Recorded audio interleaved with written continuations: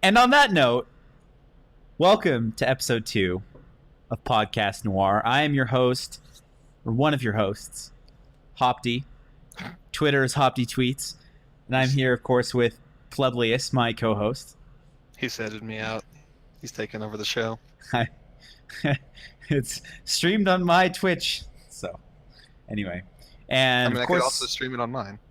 as you can see, looking lovely in the top right webcam here, we have video of Savage this week. Yeah, today I'm here with the webcam. Awesome. And plug for Ivy Cam, free webcam on your iPhone. They don't actually sponsor me, but I found it today and it's awesome. So you guys should do that. So, Is there an this Android this version? video is being taken on his iPhone, I don't know. and he looks better than I do. So, It's amazing, actually. It's so good. both the video quality and just in general. So Oh, thank you. there's that. Wow. Jesus. Wow. All right, this is the week of August 26, 2017. Excuse me. Savage, for those of people who might not have tuned in last week, why don't you tell us a little bit about who you are, what games you play, and where can people find you online? Yeah, I'm a commentator here in Utah locally for at least the time being. I commentate mostly fighting games, Counter-Strike, Rocket League, basically anything that I play right now. And you can find me online at GT_Savage. That's for Game Tyrant, of course, a local gaming organization here in Utah that represents a ton of different games. So definitely check them out online at GameTyrant.com. Awesome. Thank you very much. And we do have a couple updates since our last show. First off, DreamHack, a eSports event organizer, has adopted some new coaching rules for CSGO, which we actually were talking about on episode 1. So we'll be able to go into that a little bit. Just to give you some background on what it actually was, is that instead of coaches only being able to talk during tactical timeouts, of which there were a limited amount for each team, we now have... What? I hate that name. Tactical timeout? Tactical pause. Tactical Why? pause. Yeah, well, they have tactical... They have tactical and technical, and you need to be able to... because during technical timeouts, players can't talk to each other either. They mute everyone. It's really cool. So you can't use a technical timeout to do strategy. Oh yeah, that's listed right here. Everyone looks really awkward. It's awesome. It's like twiddling their thumbs for 5 minutes while somebody reconnects. Anyway, so we have now DreamHack, for their events anyway, have made a change where coaches will be allowed to talk in the 15-second freeze time in between rounds while their team is buying, which is enough time to get some strats in there, or a quick bit of analysis. And I could see this getting a little bit awkward for some teams and in-game leaders, where the in-game leader wants to use that time, and then the coach is going to be jumping in and wanting to use that time because of something he saw. So there's going to be a little bit of adjustment there. Coaches are also allowed to talk during halftime, which I think DreamHack is limiting to like a minute or something. It says 60 seconds.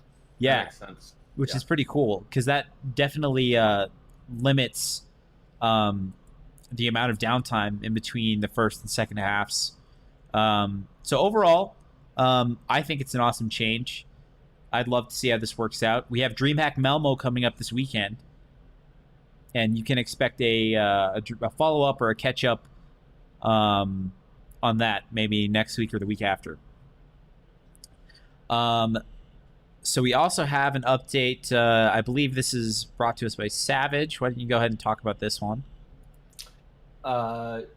Yeah, so one thing I just wanted to mention as a follow-up for last week, if everybody did tune into our little segment that I had about coaching in Smash in particular.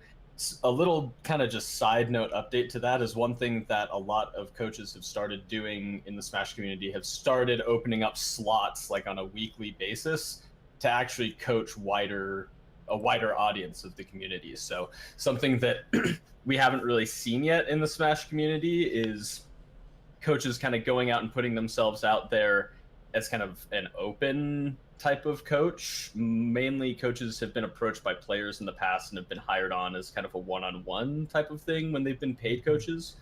So just kind of an interesting update that it looks like coaches, in order to make a living playing Smash, are looking to widen their audience.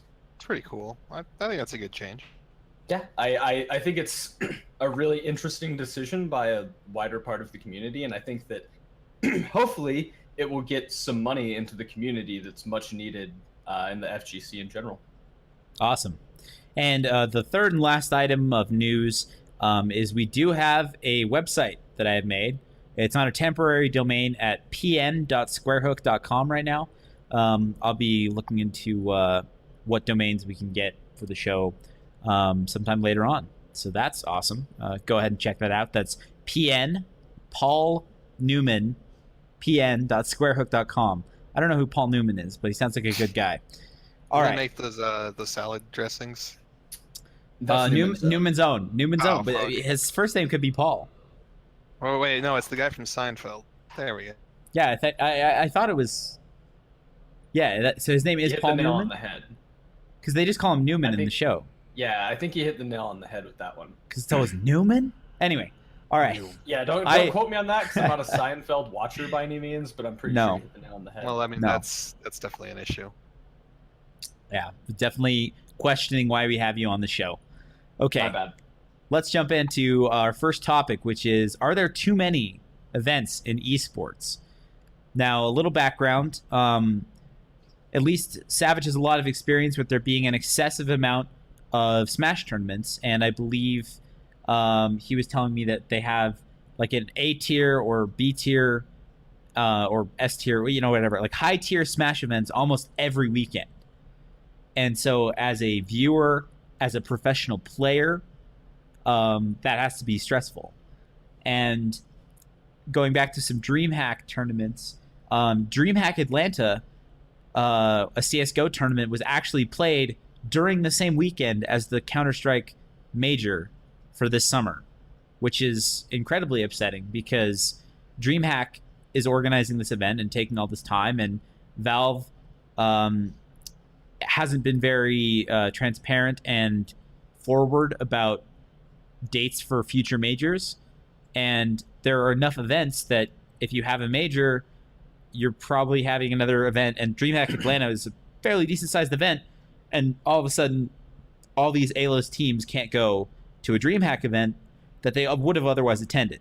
And it's bad for the event, it's bad for fans, it's kind of bad for everyone involved, splitting up resources between two big events like that. So I'm going to open up the discussion here. Why don't we start with Savage, and add anything you want about the Smash tournaments, please. Fill us in a little more on that. And let's talk about viewership. From a viewership standpoint, why is it difficult, and why is it possibly a bad thing to have an esport event every week? Well, okay, so I think it really depends on the community that you're talking about. In particular, the fighting community. It's a big issue for spectators if you want to watch other fighters.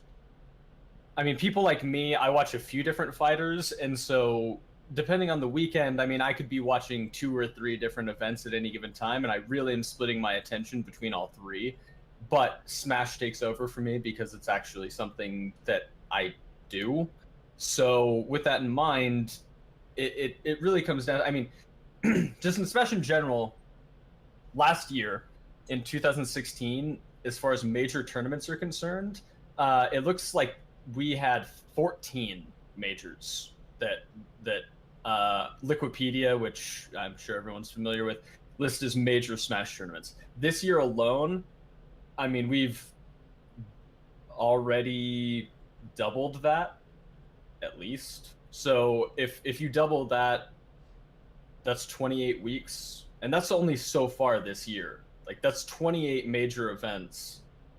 So Yeah. how many weeks are we in? And right? I mean, every Into the other. year. It's basically every other week at this point.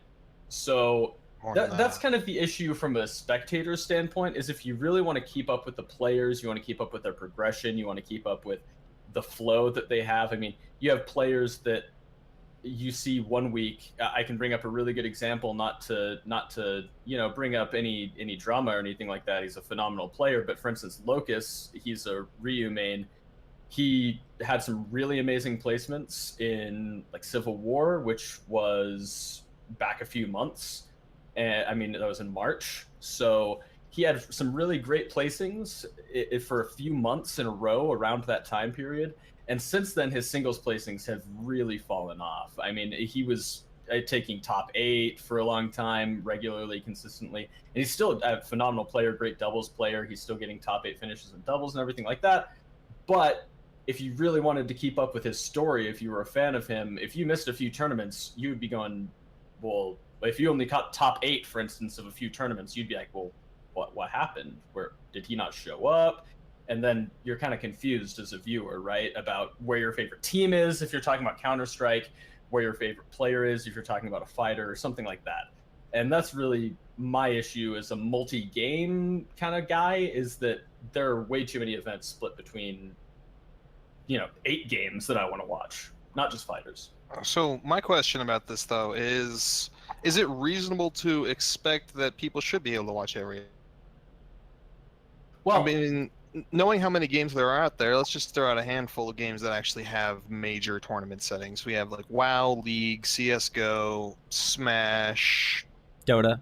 Dota. I mean, that's just like, it's like 6 different games that all have major tournament seasons. Like, I mean, you're just referring to the fighting game community specifically, but how many games are there in that? Street Fighter, more than you've Smash, mentioned that are major. Ultimate, That's the thing. yeah. Marvel versus Capcom. It said those are just ones I can think of off the there top are of my 2 head. Smash games. Yeah, 2 major Smash Don't games. forget you have Melee and Smash for Wii U. People still played Melee. Jesus. Oh yeah. Oh yeah. And Melee It's is huge. arguably bigger than Smash 4. I mean, for instance, at Shine, which is considered a Smash 4 major, there were 658 entrants, it looks like, to that tournament for Smash for Wii U, and there were 1,156 entrants in Melee. Damn. It is a Melee primary tournament, like it is a Melee major that also happens to host Wii U, so keep that in mind. But still, the fact that it's so big. I mean, yeah, That's surprising. Still, so I mean, for instance, Get on My Level, which is just a few months ago. You have to go back a long time to find it here. I mean, even that, which is kind of a brawl major tournament, it hosted 600 Melee entrants. So still a huge, that's huge insane. majority, like huge portion of the player base in Smash. So And knowing, so definitely a big deal. yeah, so knowing that there are dozens of tournaments, how much should viewers expect to be able to catch even most of them? I think it's a less big deal in fighters than it is in games like Counter-Strike. I think that team-based games that have team followings, kind of like watching sports. I mean, not to always compare esports to sports, which is something that I really hate, actually. Excuse me, but it really is like, as a sports fan, I can watch every Jazz game pretty reasonably. It's really not that unreasonable for me to catch every Jazz game, specifically because they're only a couple hours long and they're spread out only a couple times a week.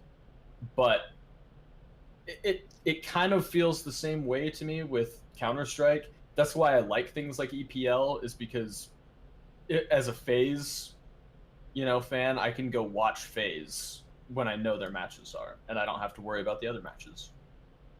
And you also know ahead of time when and who they're going to be playing. Sure, the season's posted way in advance. And you so can I can keep skip track when of they it. play against Hellraisers because I don't care. But then I can watch when they play against teams that I do care about. Yeah, Don't if I don't wanna want to watch see- the Vikings get trashed by the Patriots, I can just skip that week. Exactly. and Awesome. that's part of the thing, is that I think it's a bigger deal in team esports because you really want to follow the story of the team. Because, for instance, if you're a sports fan and the Jazz don't start out so hot that season, they might make a comeback later in the season and win 14 games in a row. and that stays in esports as well, right? You have SK, for instance, who for them top 8 is falling off, right? And so when they get top 8, you're concerned as a fan. You're like, oh, are they going to keep plummeting? And so you want to see every game and that kind of thing. So that's where it becomes an issue, especially when you talk about the tournaments going over one another. That was a really hard thing for me because, for instance, with the major, they could have just had DreamHack Atlanta like the next week. Yeah. Well, Yeah. and then that brings me into my second question: is how much onus should be placed on the tournament organizers to possibly delay their events? I mean, that could cost a lot of money. Well, it can possibly be impossible because of expo centers not being exactly. available. Having Yeah. timings booked, like even if they could, the And- cost is almost prohibitive. Yeah, so as an organizer, I mean, you're working with so many factors here. You have the location, which is you have to pick a city and a convention center that can host you. And this is probably at least over a year in advance. Like you're planning this maybe 2 years in advance now. Like you're looking at booking these convention centers. You have how many teams can I get? If there's another event, is it an 8-person event or a 16-person event? How many of those teams can I draw to my event?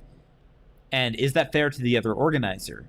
And this is kind of a problem, and we'll be talking about third-party hosting some more in a little bit, but you also have primary tournaments that are organized by companies like Valve, or Valve will assist in organizing a tournament, and they'll partner with a third party to host it and provide it. I mean, there's so much going on here, and so many moving parts. Is the developer involved? How many sponsors can I get? Because if I don't have 3 out of the 8 top teams in the world right now, maybe I'm not getting this sponsorship to come through because they're thinking it's going to be too low of a profile event. Like, your job as a TO is hard, you know? And I almost feel like there needs to be a third person governing, or a third independent governing body to regulate this. And they can all sit down together and break up the year and make sure that they're not like necessarily having tournaments back to back, at least spacing them out every other week, if not every 3, as best they can, to try to get around some of this this clutter in the scene, both to make it better for themselves and viewers.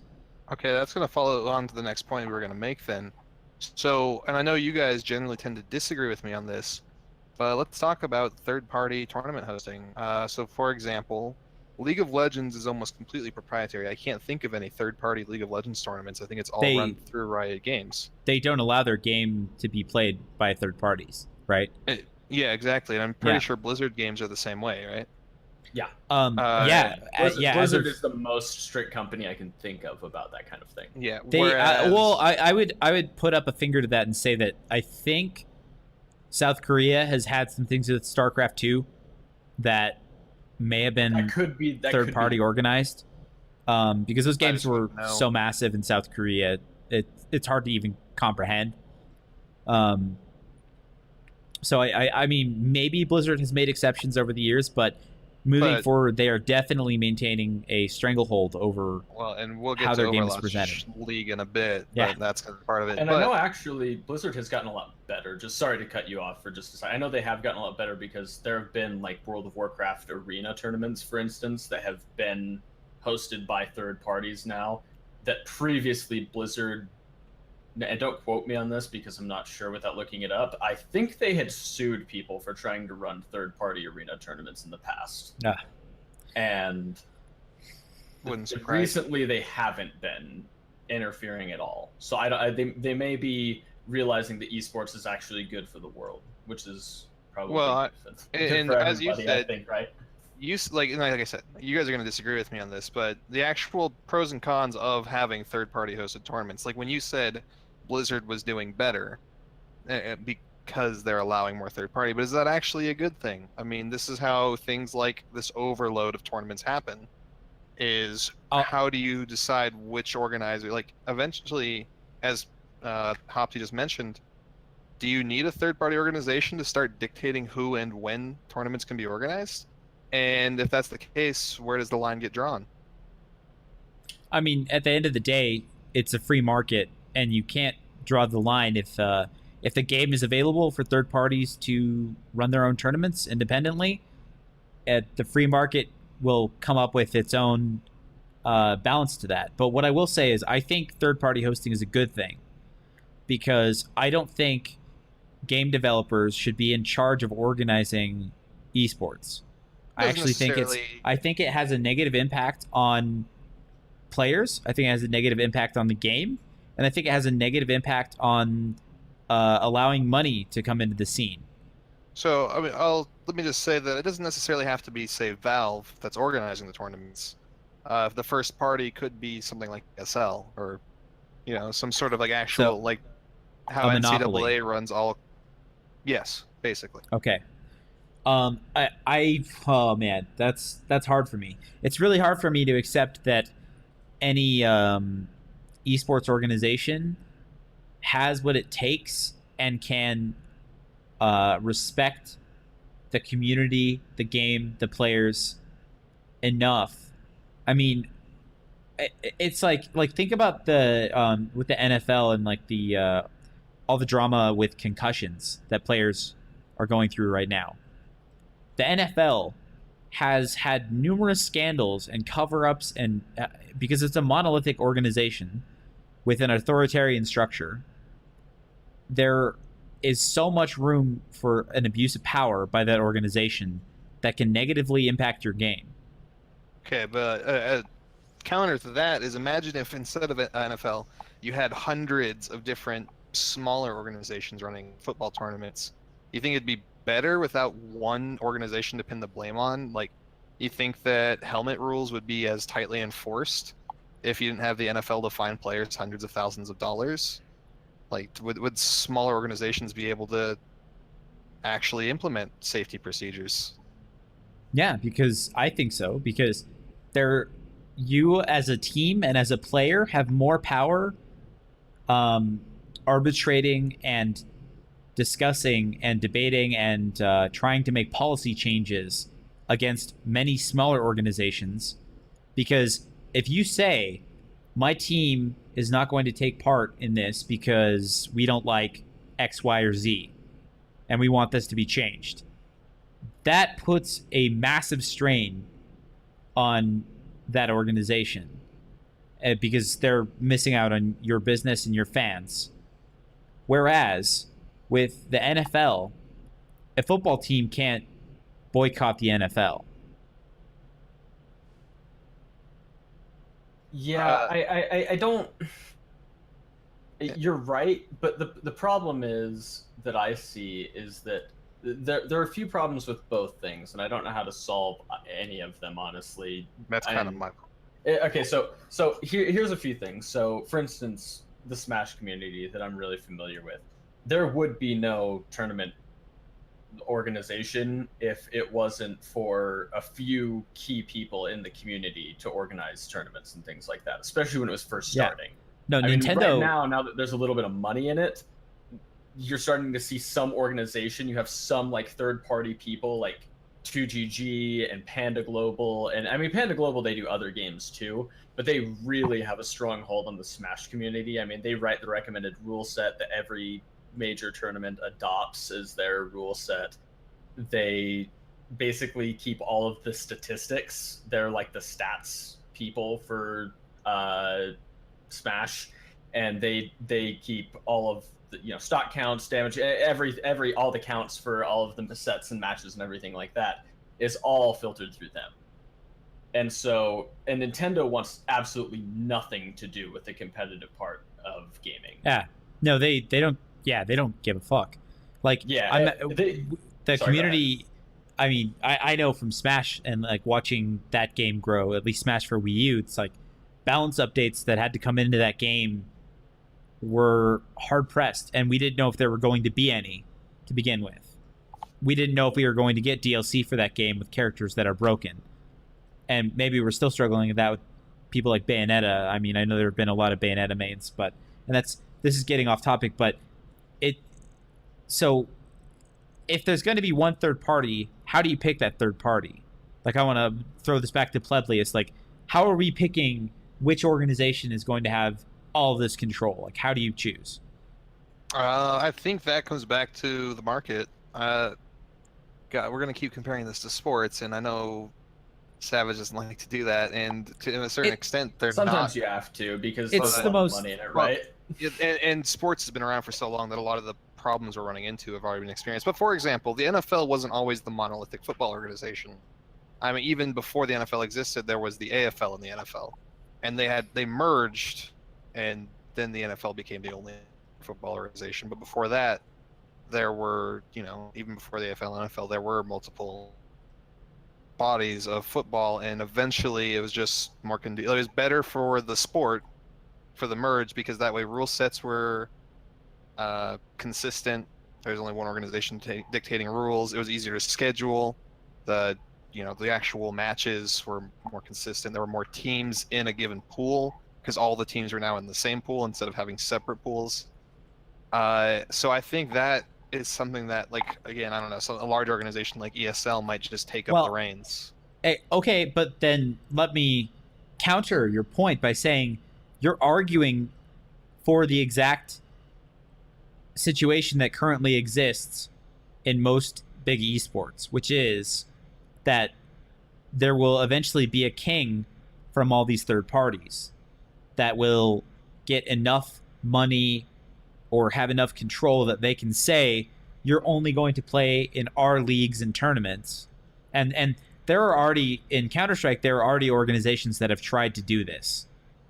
Like, for instance, WESA is an organization, WESA, is an organization that, when they first were developing it, were claiming to be a regulatory body, and their model was, we are going to sanction leagues and tournaments, and if you sign up to be a WESA team, you only get to play in those leagues and tournaments, and you cannot go to any other.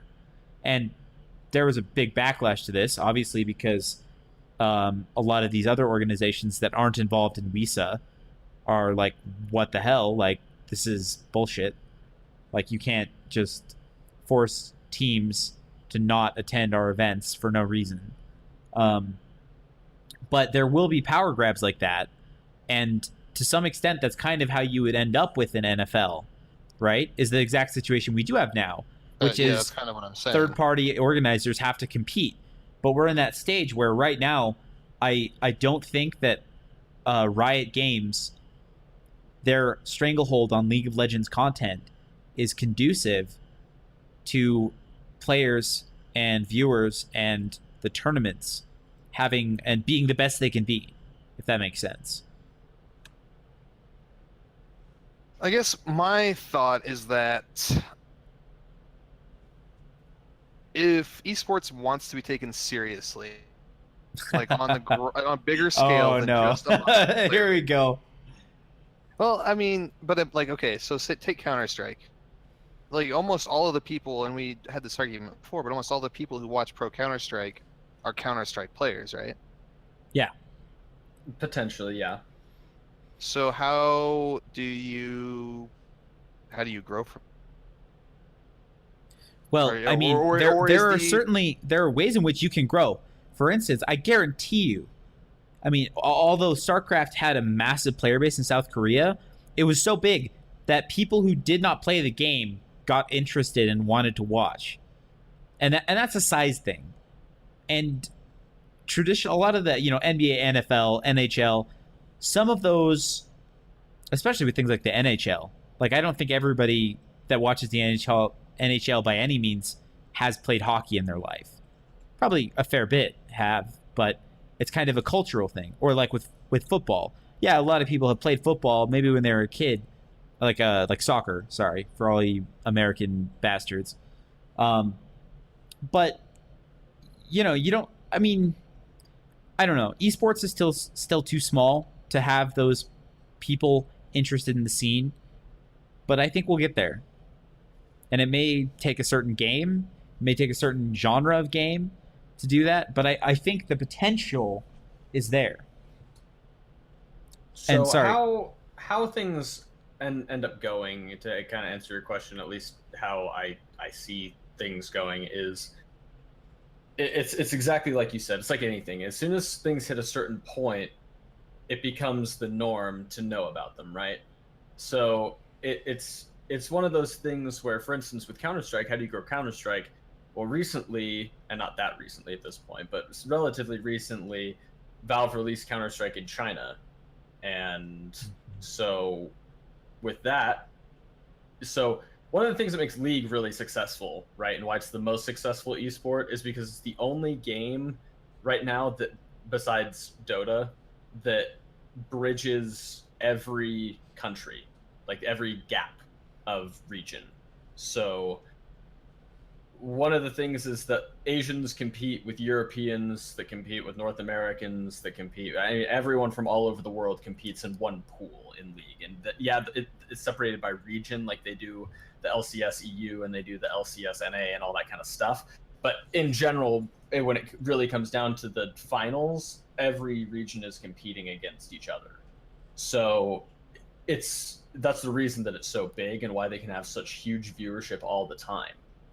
So with CSGO, for instance, if you start having tournaments like, I think it was like WASG that they did, it was like an invitational that they did they had like Asian teams there and NA teams, and it was weird. It was weird. Yeah, it was really weird. And there was another invitational. It was like Star Ladder iLeague Star Series, I think. It was the merge between Star Ladder and Star Series or whatever it is.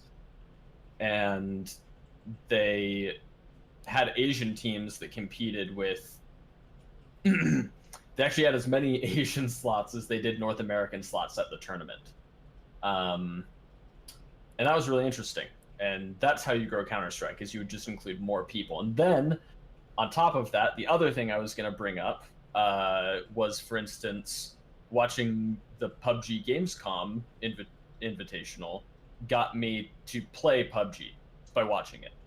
Like, I watched it. It was super hype. I loved it. Wait. I bought the game. We're talking about that next. You can't. Well, I'm sorry. It's topical right now, right? So, Topical. So it's one of those things where the more exposure an esport gets. So, for instance, the more people that watch a Counter-Strike major, for instance, the last major, I had friends that came over to my place to watch the Counter-Strike major with me just because they wanted to hang out. And I was like, oh, I'm watching this major. And they're like, oh, I know Counter-Strike. Maybe I'll come watch with you. And they come over, we have a beer, watch some Counter-Strike, we laugh about it, they watch, they think it's cool. Maybe they go buy the game. That's how you grow the game, right? Just more exposure to more people. They think it's super cool by watching it. They buy it. See, and that's why I think having a monolithic organization would be a good thing. Is I think it allows the audience to expand, and the player base in pro tournaments to expand. Well, so think of it like this: if you have like individualized tournaments, so like say that you have, I don't know, like how in Smash you have these random like tournaments around the country that are like local, etc. It is, if you ever want to get big teams in that, you're always going to see the same big teams because the worst teams are just not going to be represented, whether it's an invitational or an open. And you're like, well, yeah, you're going to watch the best teams. That's more interesting, but watching the same 8 teams over and over again, like that's only in Counter-Strike, that's only 40 people. And like, I think it'd be better to have one organization that can bring in like 40 teams that are all playing against each other. Even if some of them get stomped, at the very least you're seeing hundreds of people, and maybe you can pick out talent among those worst teams. And then you can also set up like actual professionalized A-tier teams instead of just S-tier. So like how college or how football has NCAA, which is a little bit different because it's kind of a growing process. But they have like a worse league that then graduates up into NFL, so that you can see more talent coming through. And you can see more players.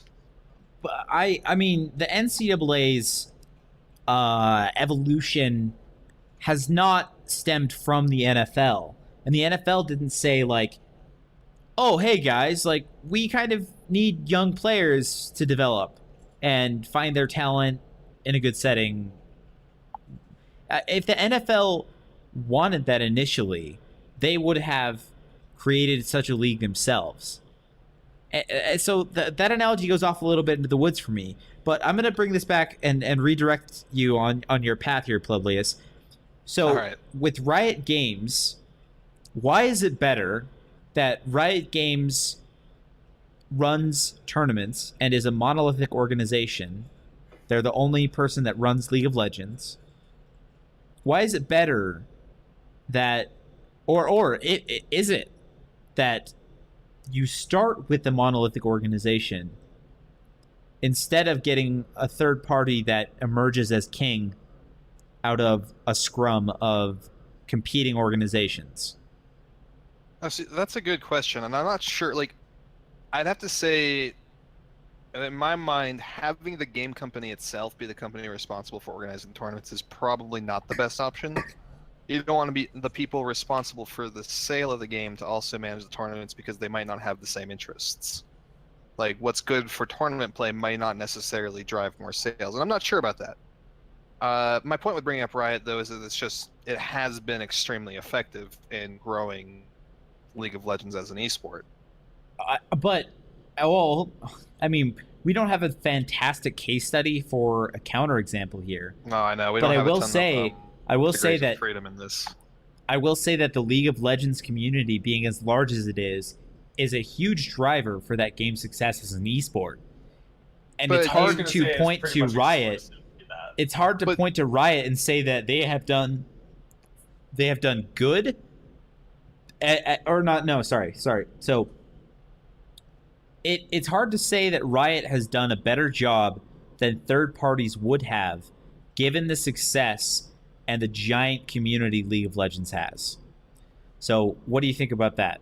Well, and we're getting how do you like them apples? Because we don't have enough degrees of freedom, but I would say that it probably goes both ways, that its success as an esport is due to its large player base, but I think in part its large player base is probably due to its success as an esport as well.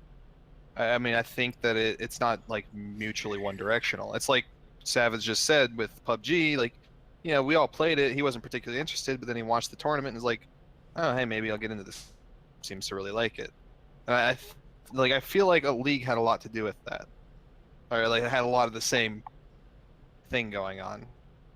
It seems like as the professionalism of its international tournaments grew, the player base grew, and as the player base grew, the professionalism of its tournaments grew. It goes both ways. You know, Riot did something really smart, which was that they put out a free-to-play game, which was the first of its kind back in the day when it first was a thing, right? First made. It probably wasn't the first, but it was the right, first. But it was the first big one, right? Because it was like well-made MOBA. Yeah. Right? So you had everybody playing Dota at that time on Warcraft 3. You had like myself playing Heroes of Newerth. I was like the weird like outskirts MOBA player who played like Heroes of Newerth and Bloodline Champions before anything was actually good. And then you get to the point where you have League of Legends that comes out alongside Heroes of Newerth, basically. And I stuck with Heroes of Newerth and kept playing that, and then it became a massive pile, and I never touched it again. And then I started playing League with you guys. But the really big draw for League was that it was free to play, and you could run it on a shitty PC. I mean, you could run it on, like... a mouse-powered potato and on like medium graphics. I played it on Kevin's laptop for almost a full year. He did. Yeah, and like this laptop, guys, that they're talking about is like probably like a 99 HP. Like no. It wasn't that bad. No, it was a gaming laptop. Let me try to remember. Well, it had was it a 450M, Tyler? Or no, it might have been lower. It might have been like a 250M. I had the lowest. It had an i7. It had an i7, but this is back when this was like the i7Ms. Well, and mobile processors have come a long way. They used to really shit on the laptop chips because there was too much heat and they couldn't figure out. Yeah, but anyway, not the point. Anyway. The point is that like you could run it on anything, right? So like, and it was good. That's the other thing is that it was fun. It was I have an anecdote here. I have an anecdote here. Hold on. We're going to talk about shitty setups playing League of Legends for a second. Because one time when I was down visiting my brother in Arizona, one of his friends was like, oh, yeah, I played League of Legends. And I'm like, oh, you play League? Cool. Like, And I was at their house later on, and I happened to. His bedroom was actually, this is also weird, was the quickest way to get into the backyard. So his bedroom is kind of like a through street, which is strange. Weird. But his setup, he was using his CRT monitor on top of a milk crate in his closet. No, this is not a joke. And he was sitting on top of a second milk crate, like hunched over and playing League of Legends. Like this? Yeah. Like this? No, and I can remember him playing Nunu because I was so traumatized that this like image is You never play Nunu again, probably. the CRT is like seared into my mind. No, Nunu's cool, but anyway. So yeah, you could and like I don't even know his desktop was one of those like beige, like those generic beige looking computer cases that you'd get from like your dad's old office PC or something. You know what I mean? Like it's like the most generic Dell you could buy. Yeah, man. Yeah. But that's the thing. You could run this game on that, and so like even Smash players. And I seriously remember this, guys. Like I remember, and I was facepalming so hard, right? Because I was actually competitive in the game at this point.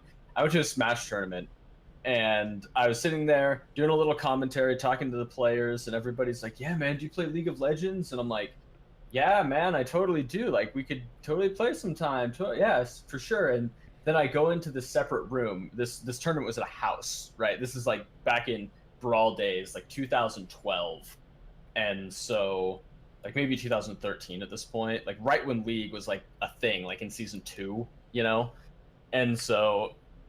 So I go into this room and these guys are all playing League on their PCs, and they're like, "Yeah, like ban Brand, he's so OP," and like all this stuff, like just characters that just are like heroes that are not OP at all, right? And come to find out, like all these Smash players are like bronze level, like just or like the worst players you can imagine, right? And like just so bad. But these kind of players would thrive in it because they could play on their mom's PC and they would play for hours. So all right, that's the big thing about it is that that's why it was driven so much as an esport, is that you could the player base was already so big for that reason that once they launched their seasonal thing and Twitch became a platform, they kind of just went hand in hand together. So I'm going to kind of use this to wrap up a topic and say that monolithic organizations definitely have an advantage in terms of not overloading their viewers with content, because then you have one organization that can control how much of their content is distributed, and they will find their own market correct level to distribute to their viewer base and their fans. And we are running down some time on our first topic here. We did stray a little bit far away, but I think we had some fun, so that's okay. This was a big topic, and we had a lot to say about it. It is a big topic. Get to all the points I wanted to make either. I know it's sprawling.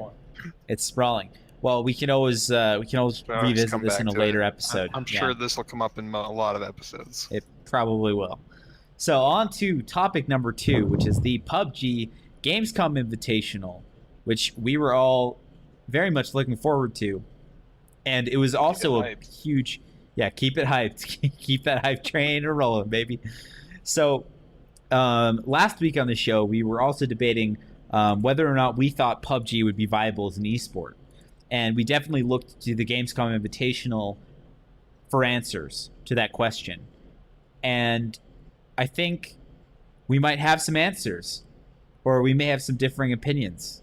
Or we may have taken away. We might have some more questions. Differing opinions. Absolutely. So first off, Savage, Pleblius, did you watch the Invitational? I did, yeah. I watched, I think, every event. I watched every event, but I did not. By the time I got to it, I just didn't care to watch the squad day, so I just didn't watch the last day of it.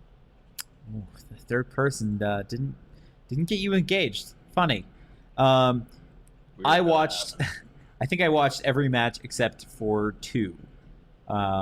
It was on while I was at work, and I kind of had it on my second monitor. Like, if I'm watching it, I'm watching it. I'm more listening to Pansy and Sims their lovely voices, Oh, casting me beautiful. into a beautiful dream.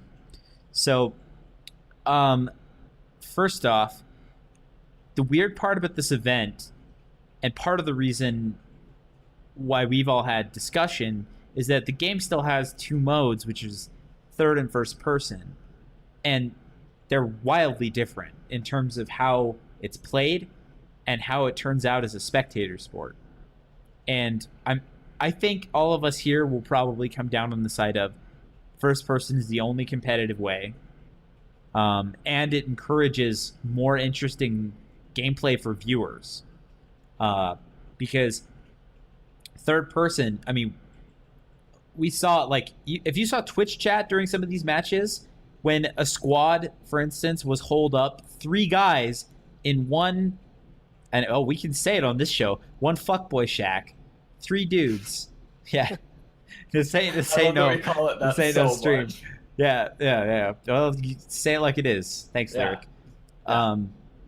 So 3 guys holed up in one fuckboy shack using third person, abusing, well, not abusing because it's the gameplay mechanic, but that's the point, is it's gathering information for free with no risk. And that I'll translate that into what actually happened to the tournament, because it was pretty, like, it was bad. So, to give you an example, there was that one time where, for the people who don't play the game, I just won't make it, like, kind of wish I had the video to put up, I don't. There was a part where there were 2 guys on opposite sides of a house. It was by the ferry pier down on the south end of the island. I think we can assume, for the sake of argument, that anyone who doesn't skip this section pretty much plays or is interested in the game and knows kind of what's going on. I mean, I don't know. Maybe not. Whatever. Maybe not. But maybe not. But. Anyway, so there are these 2 guys on the opposite sides of the house, and they both knew they were there. And so we watched for probably 2 minutes them just running back and forth along their side of the wall, trying to get a third-person angle without ever peeking. So nothing happened for 2 minutes as they just stood there and peeked different corners using the third-person camera, so nobody was ever in any danger. And it was the most miserable experience. And I mean, it happens numerous times. There was a time the guy was in the little fucking lean-to on the top of the hill at military base, just standing, just prone in there, just looking out the window. Or the time that Break was in the fuckboy shack. Or the time we were watching that guy on that roof in Milta, and when he was fighting the dude, he just would go prone, and he'd stare at the guy on the tree for 40 seconds. Then he'd crouch, take a shot, go back prone, and sit there for 40 seconds. And that was it. And so we was watching minutes of people not doing anything, just prone behind a wall. The solo third person was basically just entirely composed of people staring at another person's tree with their third person perspective. Yeah. That they knew a guy was behind, and nothing happens until another player comes along and shoots one of the 2. Or the circle closes in off one of them, and one of them is literally forced to and then but they're not, because they would literally they just sit there in the circle using meds instead of trying to fight a guy, because they know at the very end, dude. That's the only time it's any good. No, we saw tons of people die outside. It's prisoner's dilemma, because if you're the guy that steps out from behind the tree first, you lose. These guys are good shots. Nobody has any incentive to step out behind the tree. I know, isn't it funny that so many people on their little cute commercials that they ran were like, I prefer third person. Like, it's like they have like some deep, insightful knowledge that we don't about third person that makes it such a good game mode. You prefer third person because it's less stressful. Like, you're a little, and no offense, this isn't about pansy, but you're a fucking pansy. Like you're just wanting to sit there and let people approach you. Never take any risks, yeah. One of the great things that Lauren brought up in her cast was that one of the things you can do in certain houses is you can sit at the top of the stairs in the closet with your camera facing your own face like this. Like, you're looking yourself in the face like an idiot.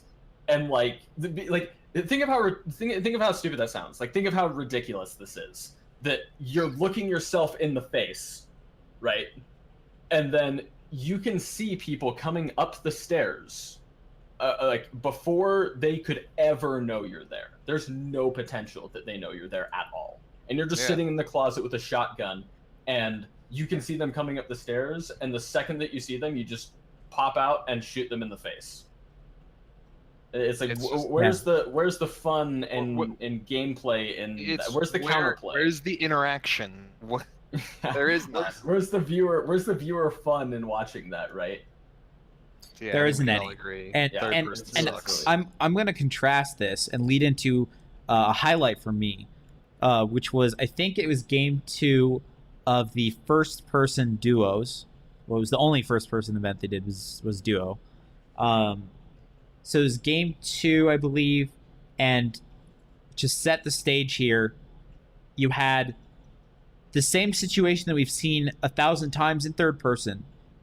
2 teams behind trees. Except because this is first person, they're both peeking. They're using the lean feature. They're leaning left, dodging right, pulling out grenades. This is another huge thing, is you can use grenades in first person. Because if you pull out a grenade and step out from behind the tree, the other guy isn't going to pop out and headshot you necessarily. He has to be peeking. He has to be taking the risk of peeking in order to get that advantage on you. And so there was a guy that won. I wish I remember which guy it was. I could Pleblius, look up the results. No, you're probably thinking of Andy Pyro, because that's what I was just thinking. Yeah, so the one where he kills those 3 guys. He won it. No, it wasn't 3 guys. It was 2 guys. No, yeah, he killed the last guy right before that event.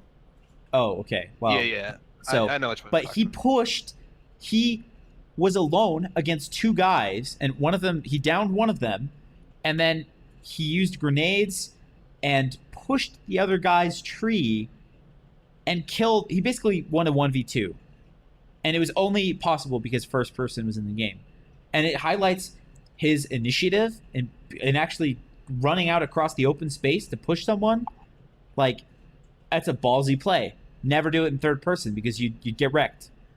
And so one of the most hyped moments of the tournament for me was only possible because it was a first-person duo match. And so Savage and Pleblius, why don't you tell me what some of your highlights were from the Gamescom Invitational? Yeah, sure. Just one of the things that I really enjoyed, and it's really interesting because one of the perspectives that I have is that I didn't play the game as I was watching the Invitational, and now I play the game, so I understand a significant amount more about the game than I did when I was watching the Invitational. So one of the things that really separated the first person and third person for me as a player and as a viewer was something that Lauren actually pointed out again, which was there was one situation toward one of the ends. I can't remember even what game it was. It might have been the first game even. It was toward the end, and it came down to 2. It was like a 2-on-2 like this, and there might have been more people alive. I actually have a really bad memory for the tournament because, like I said, I didn't play it at the time, so it's actually, for some reason, I'm kind of like spacey on the results and everything. But, so you had a 2v2, and they were both behind trees like this. And Lauren pointed out really well that as they were running around the trees, you had one person that tried to get an advantage angle by pushing the other team. And the one thing that you wouldn't get in third person is you would never get these pushing situations. In first person, pushing is actually a really good thing to do, or something that you need to do, because it gives you an advantage in order to just mow people down if they don't peek you, right? You can just go in and kill them. So they either have to peek to make sure you're not pushing them, or they have to peek to see if you are pushing them and then shoot you. And so you got a situation where who's going to push first, and it was really hype for me because you had 4 people just sitting there, and it was really tense. And Lauren did a phenomenal job commentating the situation, where she pointed out the specific difference between third person and first person in the situation as it was happening during the game, which I thought was a really good job on her part. That highlighted the pushing situation, and that was a really big deal for me. And one of the big reasons why I bought the game, because you guys have been talking so much about the differences and since they've added first person, and I really got to see that. Because when the game was exclusively third person, I had absolutely no interest in playing the game at all. Agreed. All right, Publius, what was hype about Gamescom for you? I'm gonna be a downer, dude. Honestly, I kind of came away from the whole tournament pretty down about it. Well, There's why a lot don't that you? disappointed me. All right, let's move on to talking about what disappointed us then, because we all have some stuff there, I'm sure. Yeah, so I didn't make this, but the biggest thing that got me down was just like I honestly was not impressed with the players that were involved, and there were a couple things for that. One was just kind of get to the bit, but one was just like the way that the game incentivized players to play. So like Evermore, we all saw him in solos. He's the guy who He went won to Spawn the Island every game. he won the overall solo Yeah.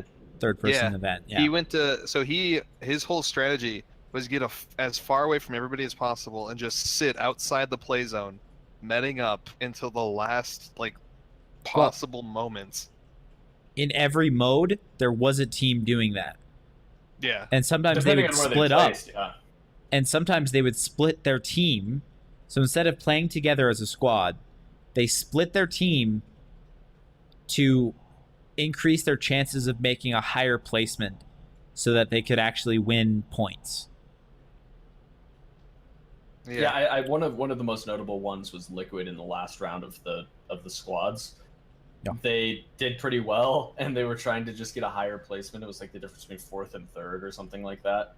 And what they did is they sent 2 people into the fray that would play like normal people, and they had 2 people literally long drop into the middle of nowhere, and they just sat there the whole game. And they drove into probably the second or third to last circle. Maybe in terms of the least amount of circles there can be is like 4 or 5 from the final circle there can possibly be.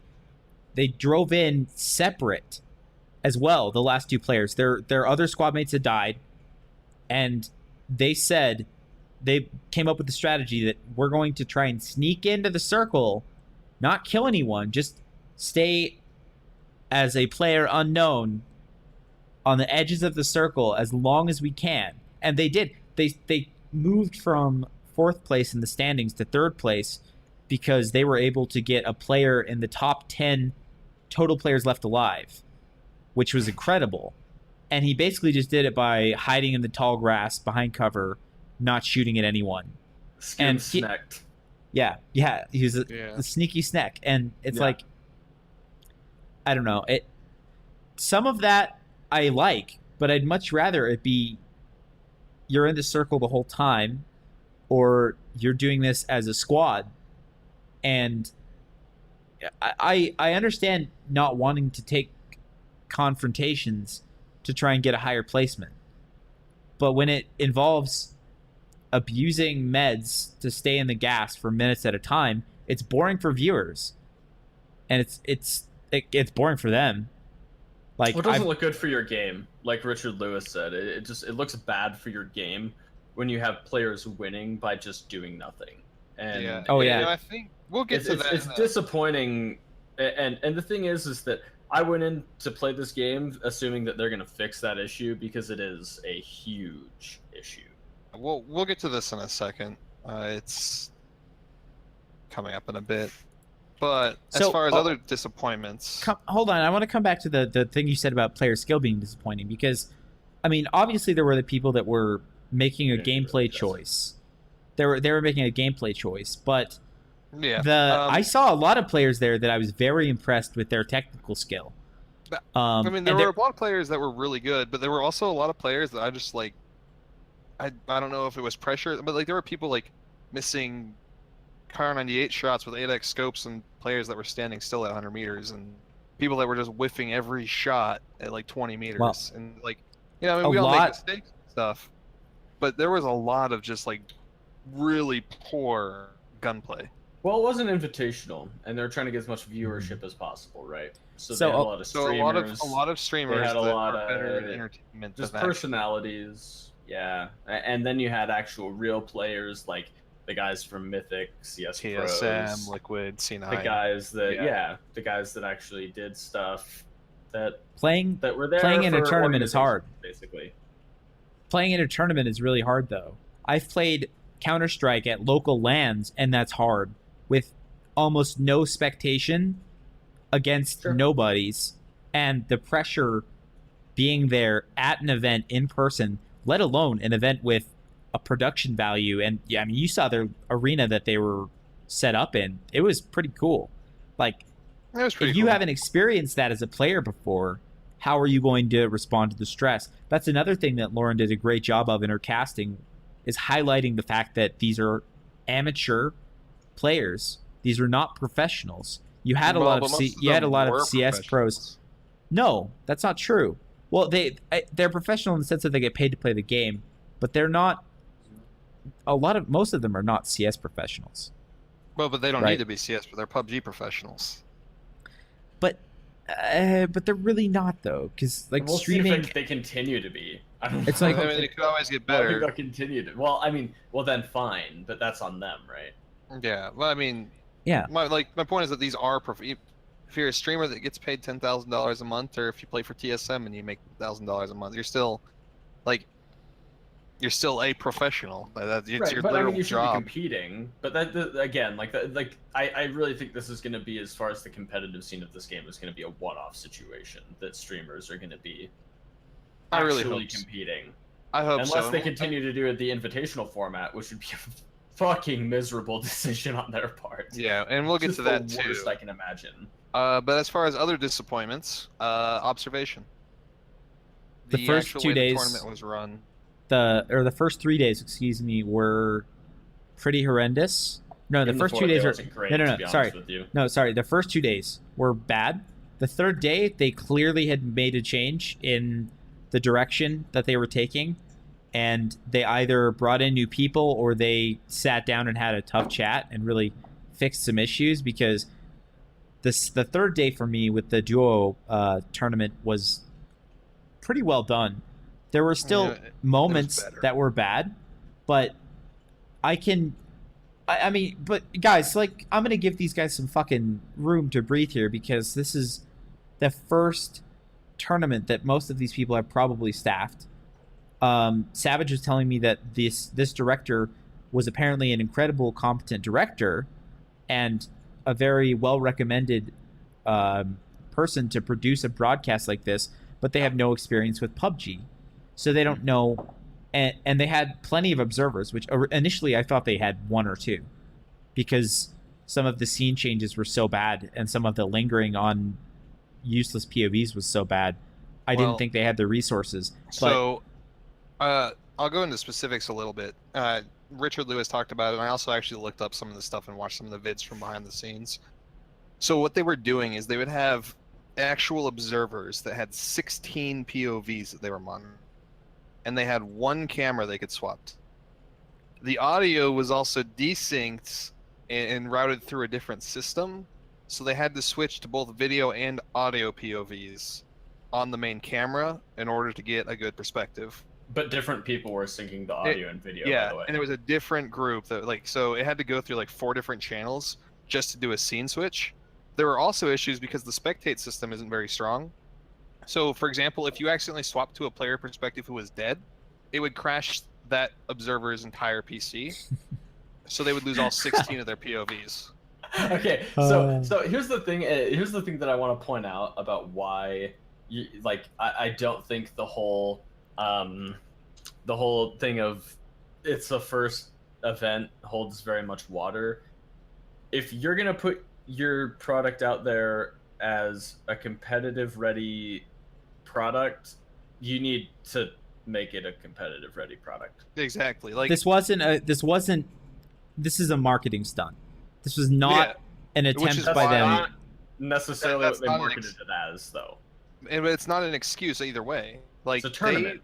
It's a tournament. There was hundreds of thousands of dollars on the line, and they wouldn't have done it if they didn't want people to watch, and so they did a poor job. Like, there's like first event, early access game. Like, those aren't excuses. Those are arguments for why they shouldn't have done it at all. They should have That's- had waited. trial runs. That's true. They should have waited till the game was more developed. They should have thought about this before they put it together. I agree, but on the flip side of that, I'm going to point out how there are still to this day tools that people have asked Valve for in CSGO to make running tournaments and spectating and observing better that do not exist. And you cannot always rely on, if you like a game and you want it to be an esport, you can't rely on the game to be there 100% of the way with you. No, but this was But so I get okay. So my issue is, I guess that I have, is just basic stuff. I mean, the worst possible things you can imagine as a director, or like as a director doing, or as a caster casting over. I mean, these guys did a phenomenal job, especially Pansy, as far as relaying to the observers, I need to see this shot. And Sims was way too polite. He was trying, bless his heart, to be a little aggressive, but I don't think he has it in him. He's such a nice guy. You know, it's Pansy, man. She was like, we need to see, like, go back. Like, things that were happening was, you would see an engagement that you'd been sitting there waiting for a minute to start, and then it would start, and then they swap off the fucking instantly, POV. like right there, like clockwork. And it happened like seriously like 7, 8, 9 times, right? And that's unforgivable. Things like that are just like, why would you switch? Like, you already gave me this angle for way too long, probably 7, 8, 9 times longer than I should have been viewing this angle at, and then you switch away when what I wanted to be happening was happening. And I realized why, especially in third person, it's really difficult for them to get a gauge as to when action is going to be happening. Yeah. But again, just another argument for first person. Like it's like people sit there for 3 minutes in third person just doing nothing, and then it's frustrating for everybody, the casters, the observers, the director, because the director's at a loss as to what to do. Yeah, and like when I say the observation was bad, I'm not trying to put the fault on the director himself. Knowing what he had to work with, it's not his fault. It's Bluehole's fault, 100%, the developer of the game, for rushing this out. Like, they knew what they were doing, and not what makes it even worse is they charged the fucking player base to sponsor this with those stupid ass crates. Yeah, well, for sure, that's what the money went to. I mean, no question. Well, we all know that money only, I mean, a marginal fraction of it went to sponsoring this tournament and putting that on. There's only so much money you can throw at an event like this with the game in the state that it is and expect results. Yeah, so my point I don't think more money would have improved the observing. No, I'm saying that, like, they should not have done it, and they definitely shouldn't have charged the player base, because they had to have known this was going to happen. No, I don't think they did. I think that they ran this on a smaller scale through a model, and this is speculation. I don't know this, by the way. You know, I think that they ran it locally on their own thing, and it worked just fine. And then they put it on a large scale with 100 players in the server, and it went to all hell. I think that with 20 people in the server, it would be fine. Yeah, probably. But like I can't. I feel like it's like not predicting that is unforgivable, because we all kind of expected.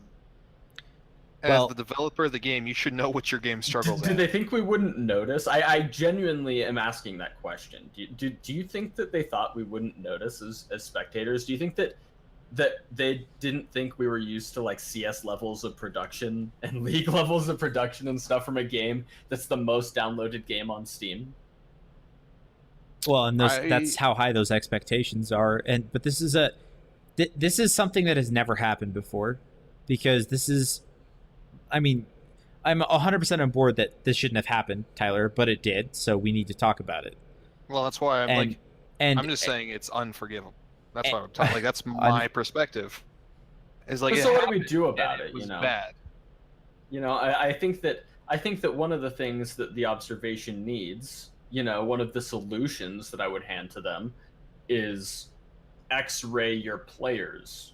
Outline your players from all angles all the time, so that everybody can visually make a story in their own brain okay, so about like all the angles going on, because it's really confusing unless you have if you switch angles and you wouldn't know whose angle you were just watching, and then it was really weird. No, there's like little small scale like technical cinematography things that could have been done better. More ISO views, like more quick swaps, X-ray vision, etc. But like the real fundamental issue was that Blue Hole threw this tournament together knowing that their game was not ready for it.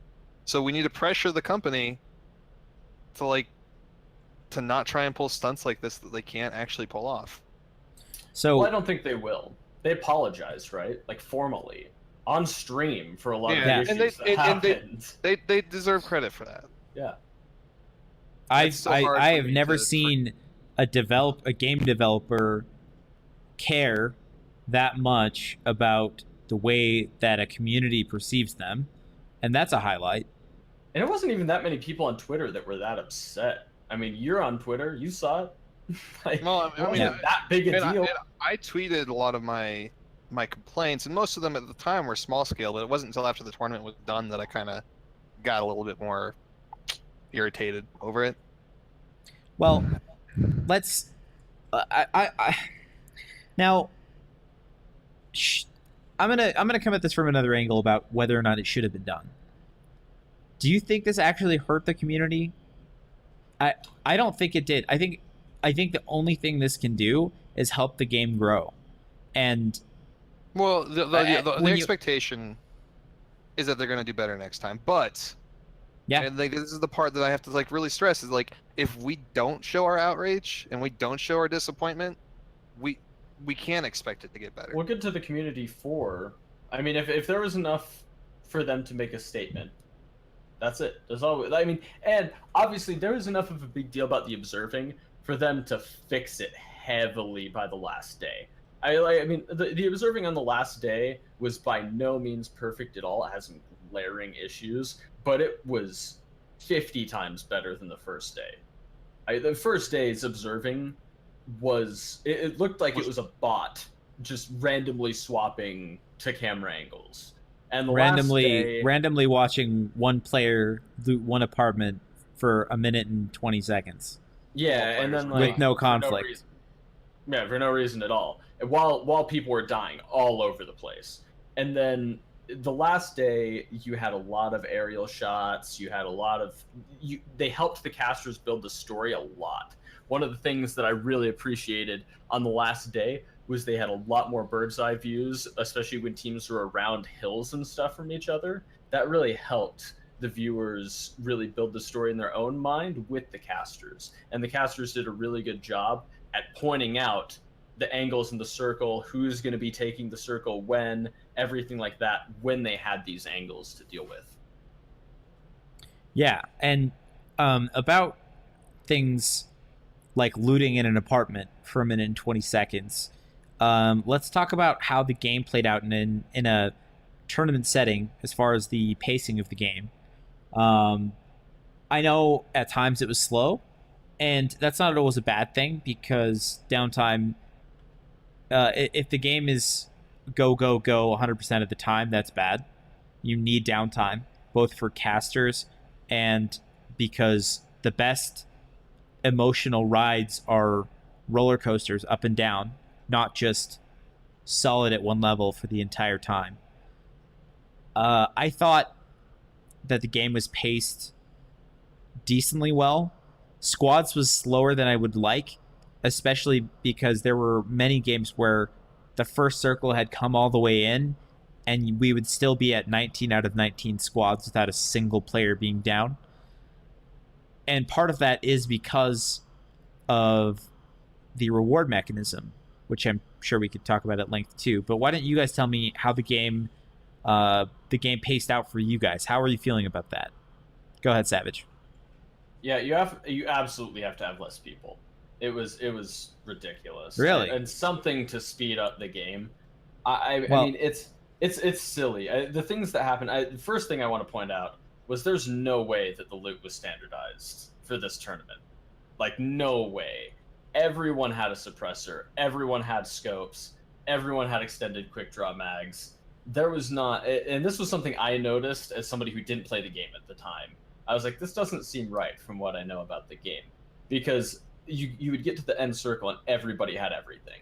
But Everyone how had snipers. how is less players going to make the game better paced? So hold on. Let me get to what I'm saying. So you can't just have less players. You have to do something to change the way that the game flows in a tournament setting, because it's really fun to play with your friends and stuff the way it is now. The problem is that there's too many stories to follow. And this was something that I'd pointed out in our last podcast, was that you can't possibly have that many teams in a server and make it a good spectating environment. For instance, you're going to miss 70% of the kills that happen, at least, in the way the current game is. Just because everyone wants to survive, and then a bunch of kills happen at once, and then no kills happen for a bunch of time, and then a bunch of kills happen at once. We can talk about the... that you can possibly get every kill, even if you delay feed, which I think is a really controversial subject in itself, because I think it absolutely kills the hype of the game when you delay feed and catch every kill. But even if you do that, it's still going to be really, really hard to get every single kill, because there's just so many happening in large blocks. How about you, Pleblius? How'd the game pace out for you? I thought... part of the issue is observation, but I thought it was just way too slow almost the entire time.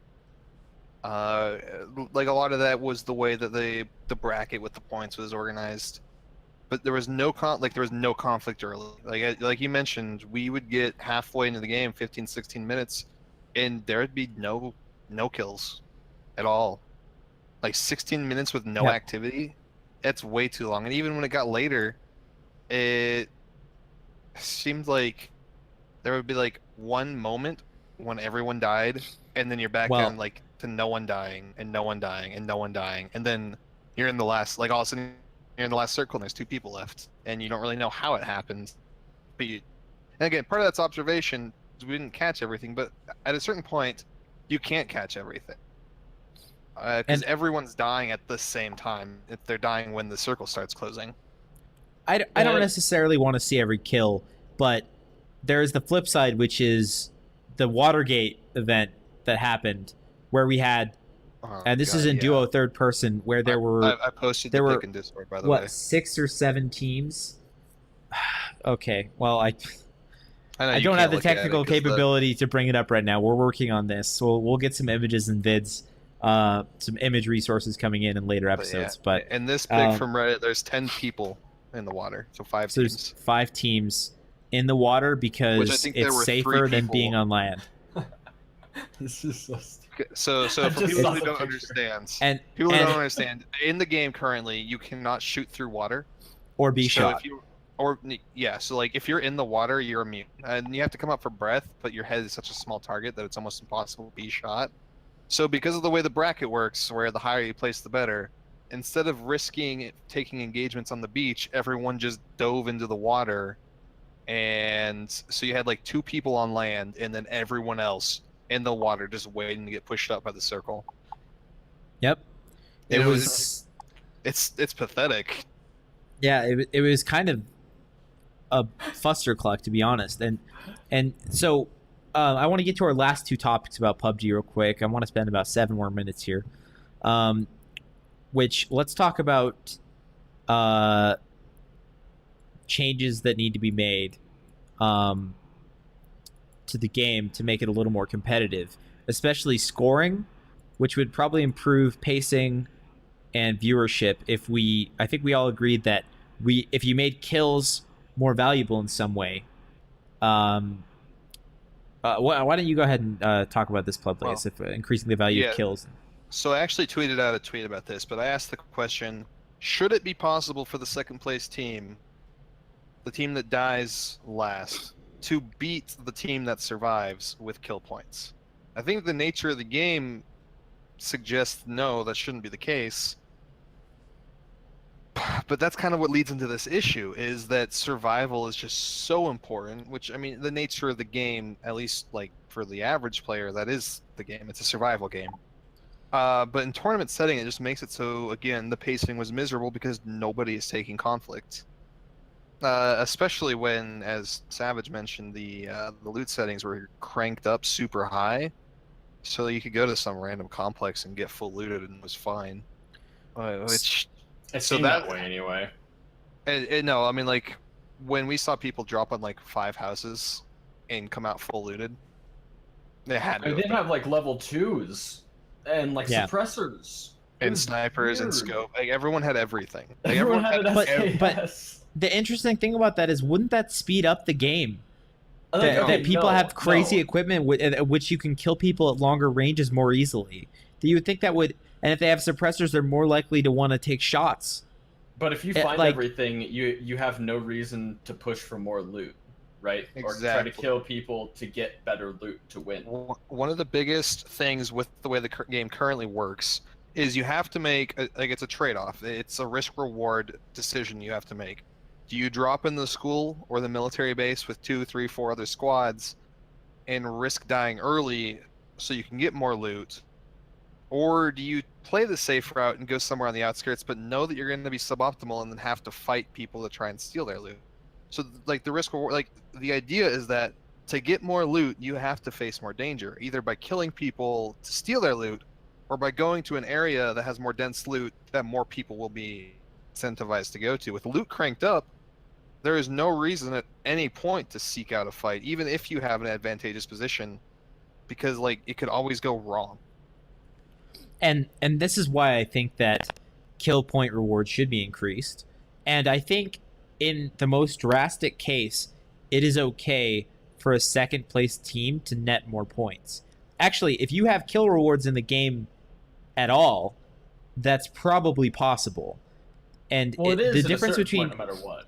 yeah, well, and the difference between first and second, like, you have to kill like over half of the population on the map, right? Or Yeah, something with absurd the way like it that. worked at this one, yeah, you'd have to kill. It was a 160 point difference, 5 points per, so you'd have to kill 32 players. And No, it was 4 points, so you'd have to kill 40 players. Yeah, it's almost half. So, So- it was half the play because there were 80. so yeah, it's half the population of the map, which is extreme. But at the same time, I would love to see an increase to the kill rewards so that a team that nets maybe in the squads, if your team nets 20 kills and just destroys other people and you finish third or fourth, that you get bumped up to third or second. Easy. You know? And I think that would definitely speed up the pace of the gameplay. In a more balanced loot system, that would also make more people want to drop on the higher loot areas later on. I mean, there are all sorts of tweaks you can make to this game, and I think they will. I think they will. Well, I think, like, with the backlash that they received in PR from, they definitely will. I think one thing that we haven't mentioned, though, is just the circle. The circle definitely needs to be fixed. It's too easy to deliberately hang out outside the circle and not really get punished for it. Like I said, there needs to be like a, for every second you spend in the circle, like a 0.05% modifier. So after you spent like 3 minutes in there, the circle gas does like 200% more damage than it should per tick, right? Or some. I thought about also something that you could do that is you could make people show up X-ray for everybody after spending like a minute in the circle. Well, but like, Oh. if I'm but like sitting in Zarki and the circle's on military base, that doesn't really matter. Yeah. no, right, but So there were the you teams add that some were sort of sitting in modifier, South 'cause Georgia with meds. What you also saw was you had people just sitting in houses like right outside the range so that they could just run back in when they got too low, right? Because it's still advantageous to sit there. No, like this happened because they would get like 4 more spots if they just sat there, right? Yeah. Just doing nothing and waited. And they'd place higher and get money this way. Like the teams got into like 7th and 8th place or like 6th and 7th place or something doing this. They'd just sit there right outside and they'd run in right at the very end when they were like 5 feet from the thing and just get 8th on purpose. because And why not? And everything we've been saying just shows how much that we all enjoy the game and want to see it succeed. And I'm really glad that we have a new game that's up and coming that we can feel that way about. It's really exciting. It's really awesome. And on that note, I want to segue us into our third topic, which is we're talking about organizations in esports. And this is spurred on by a comment that was made from Savage's brother to him the other day, offhand. Why don't you go ahead and tell us what Mike said to you? Yeah, it was really interesting. My brother Mike, we were just sitting there playing games the other day, probably playing HOTS or something, and he said to me, you know, it really bothers me that I see Cloud9 in every game. And it was really weird because he doesn't watch esports that often. He's not like an esports enthusiast. He plays a lot of games with me, but pretty casually. And it's just something that really intrigued me. And so I kind of asked why.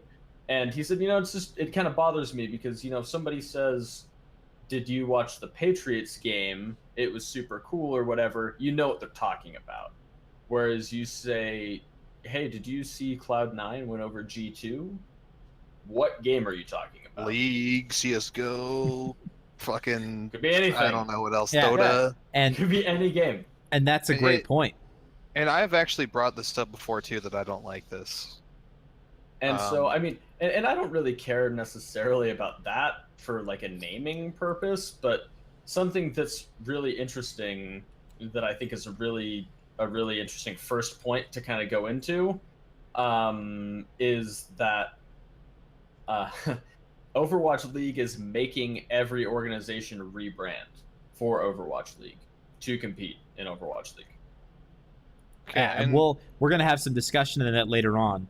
But I want to provide, at this time, some background for people in terms of the money that's been coming into the scene and who some of these teams are and who are the people that owns them.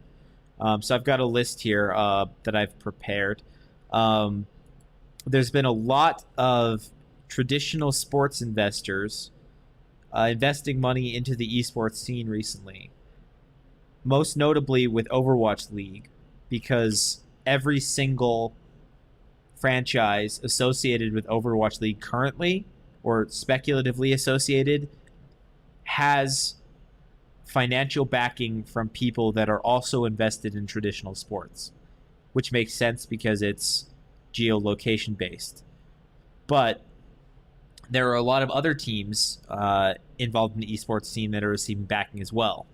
So, of course, Robert Kraft, the owner of the New England Patriots, is getting an East Coast franchise. Is it Boston? I'm sorry. What was the question? Somebody should get the exact cities that the Overwatch League was picking up from me. I have them exactly right here. Actually, I was just reading that. Included in some of the deal agreements are Boston, New York, San Francisco, Los Angeles, Shanghai, Seoul, and there's I'm sure some others. It makes sense for Robert Kraft, who owns the Patriots, the New England Patriots, to be based out of Boston with an esports organization. He already has a ground game there. He has employees. It makes perfect sense. So Dignitas, an esports organization that is divested into many franchises, is owned by Joshua Harris and David Blitzer, who are co-owners of the Philadelphia 76ers. You have Team Liquid, that's owned by, Magic Johnson does own part of the team, which we all know who Magic Johnson is. Peter Guber, who's actually a co-owner of the Golden State Warriors, is invested in this. And then there's another big tech exec. His name's Ted Leonsis. Rick Fox, his son plays video games. He's an ex-NBA professional. He started an organization called Echo Fox. You have NRG, the Sacramento Kings co-owners Andy Miller and Mark Mastrov are invested in that, as well as some huge names. A-Rod, oh, shit. Yeah, those are big Shaq, names. Jimmy Rollins, so those guys are smaller percentage investors, but they're still throwing down money and stepping into the rank. Is the main investor. No. The Sacramento Kings guys are. Shaq has, I think, between 6 and 10% or something like that. Maybe up to 16, but it's a minority stake. And most of the celebrities invested, other than like Rick Fox, is a notable exception, are smaller percentage investors. And a lot of these big guys, like for instance, Ted Leonsis, he's like a billionaire. I was looking up some of these guys, like their net worths are just massive. So it's a lot of rich guys that are also invested in traditional sports, and they see the potential for growth here. I could go on. I think this is getting a little bit boring. It's taking longer than I wanted to. That's a good point, though. It does look like Savage wants to let me know that the New York Mets actually picked up an Overwatch League spot as well. So they're going to be the New York base, not the Yankees, the fucking Mets. Let's go. Yeah, not the Giants either. Oh, I get out of here with your football. So many. So, and it's funny because even like, I'm going to bring up one more team, which is Immortals. They're an Overwatch League team, and they would be the only one that's not involved in sports, but their parent company owns the Memphis Grizzlies. So get wrecked. And also like Sports Machinima, Lionsgate. Lionsgate, literally, the film production company. So the parent company, Lionsgate Film Production, Machinima, like game, like fan service, I guess. Nerdist, they have a pretty big network of shows and content they produce. Like, but no, Winston's crazy too. He's the owner and manager, and he's 23. I'm 25. Like, what the fuck am I doing with my life? You know, it's shit. Yeah, go buy the sports. So this is, and a lot of these teams have sprung up like within the last 3 or 4 years too. It's insane. The growth is explosive. But I want to start handing this off to you guys to talk about how you feel about these people that are invested in traditional sports throwing down, whopping their wads on the counter, proverbially, and getting into the game. $20 million wads. That's how much I think it's fucking Overwatch crazy. League franchises are. Right? Rumored. They're all the exact amount. No, exact amounts are under NDA, but that's the rumored amount. So okay. Yeah, just really interesting that was a thing.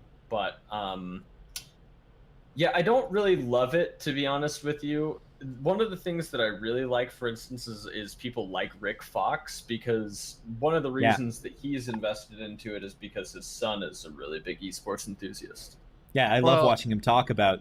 Yeah, it's awesome. And so that's why I like people like Rick Fox. However, I don't love like Immortals being owned partially by the Grizzlies organization.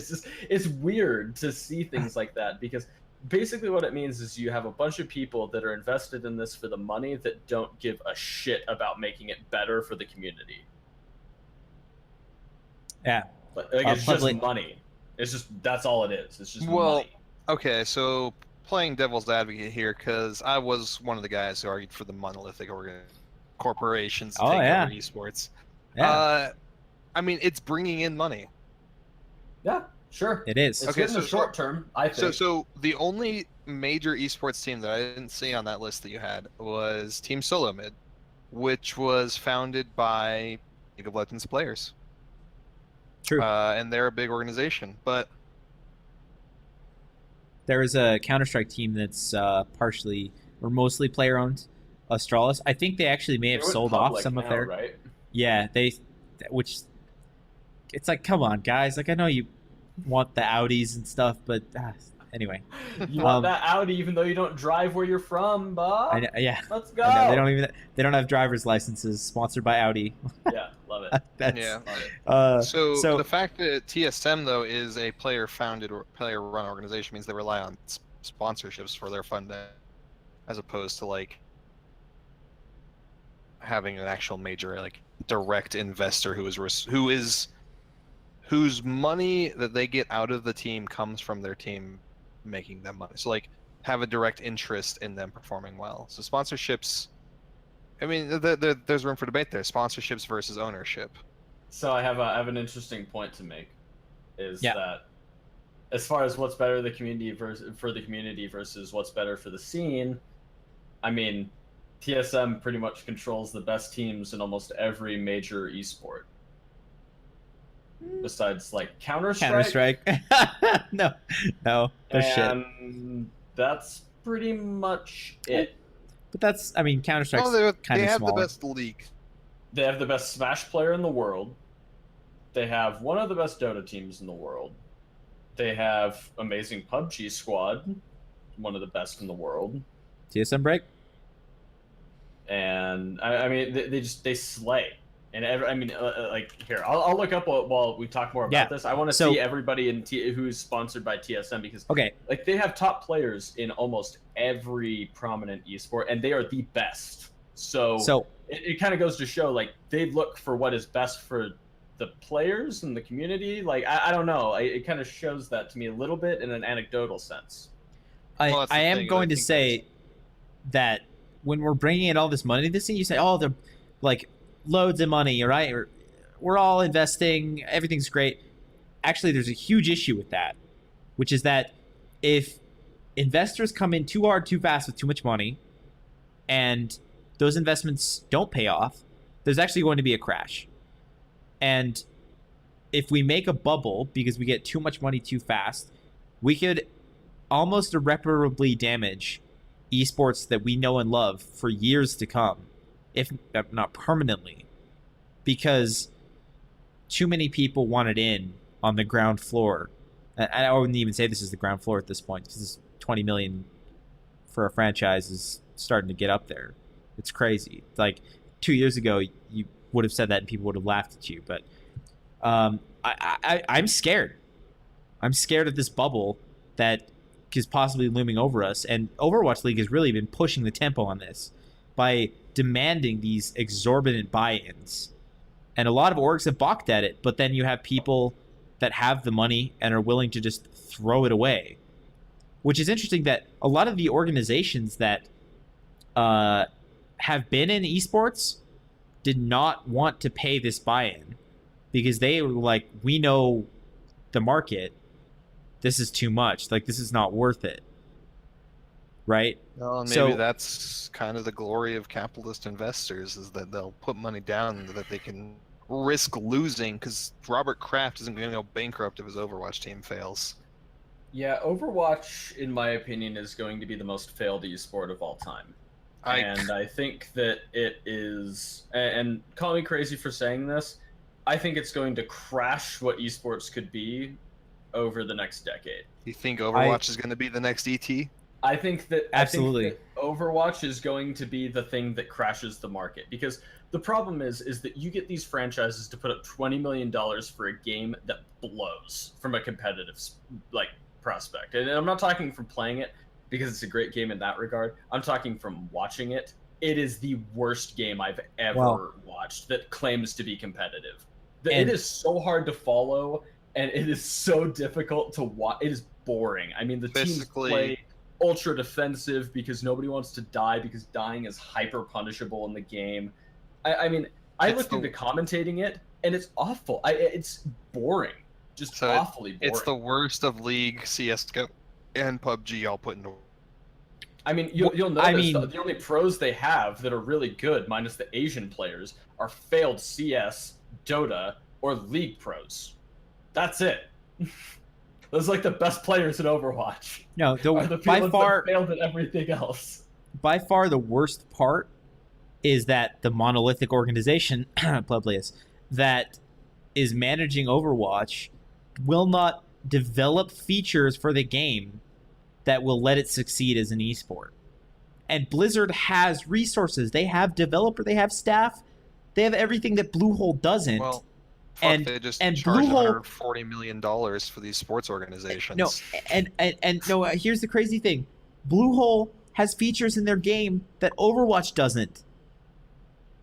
Yeah. PUBG has things that you want as a tournament organizer to be able to run a PUBG tournament effectively. PUBG is almost better than Overwatch because at least the game developers will give you servers like your server, like, you know, Blizzard is sitting here like holding the keys to everything, and people are like, we need access, we need like mods, we need our own like proprietary servers that we can run and like hook into, and this massive development team just wants to release more loot crates. Well, and so to $20 give them the million for a benefit of the doubt- franchise. give them the benefit of the doubt, maybe they're holding onto those tools specifically for Overwatch League. Maybe like I mean, okay, so here's the thing.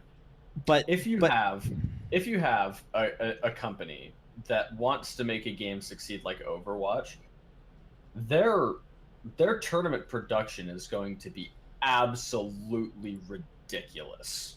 It is going to be the best production we've ever seen. But or at least it should be. better. But that doesn't make it successful. So the problem is they're trying to get a game that has no proven concept of succeeding in a competitive environment or an esports environment or a spectator-based esport environment, which is the only thing that really matters at this point, which is what we're talking about, a spectator-based esports.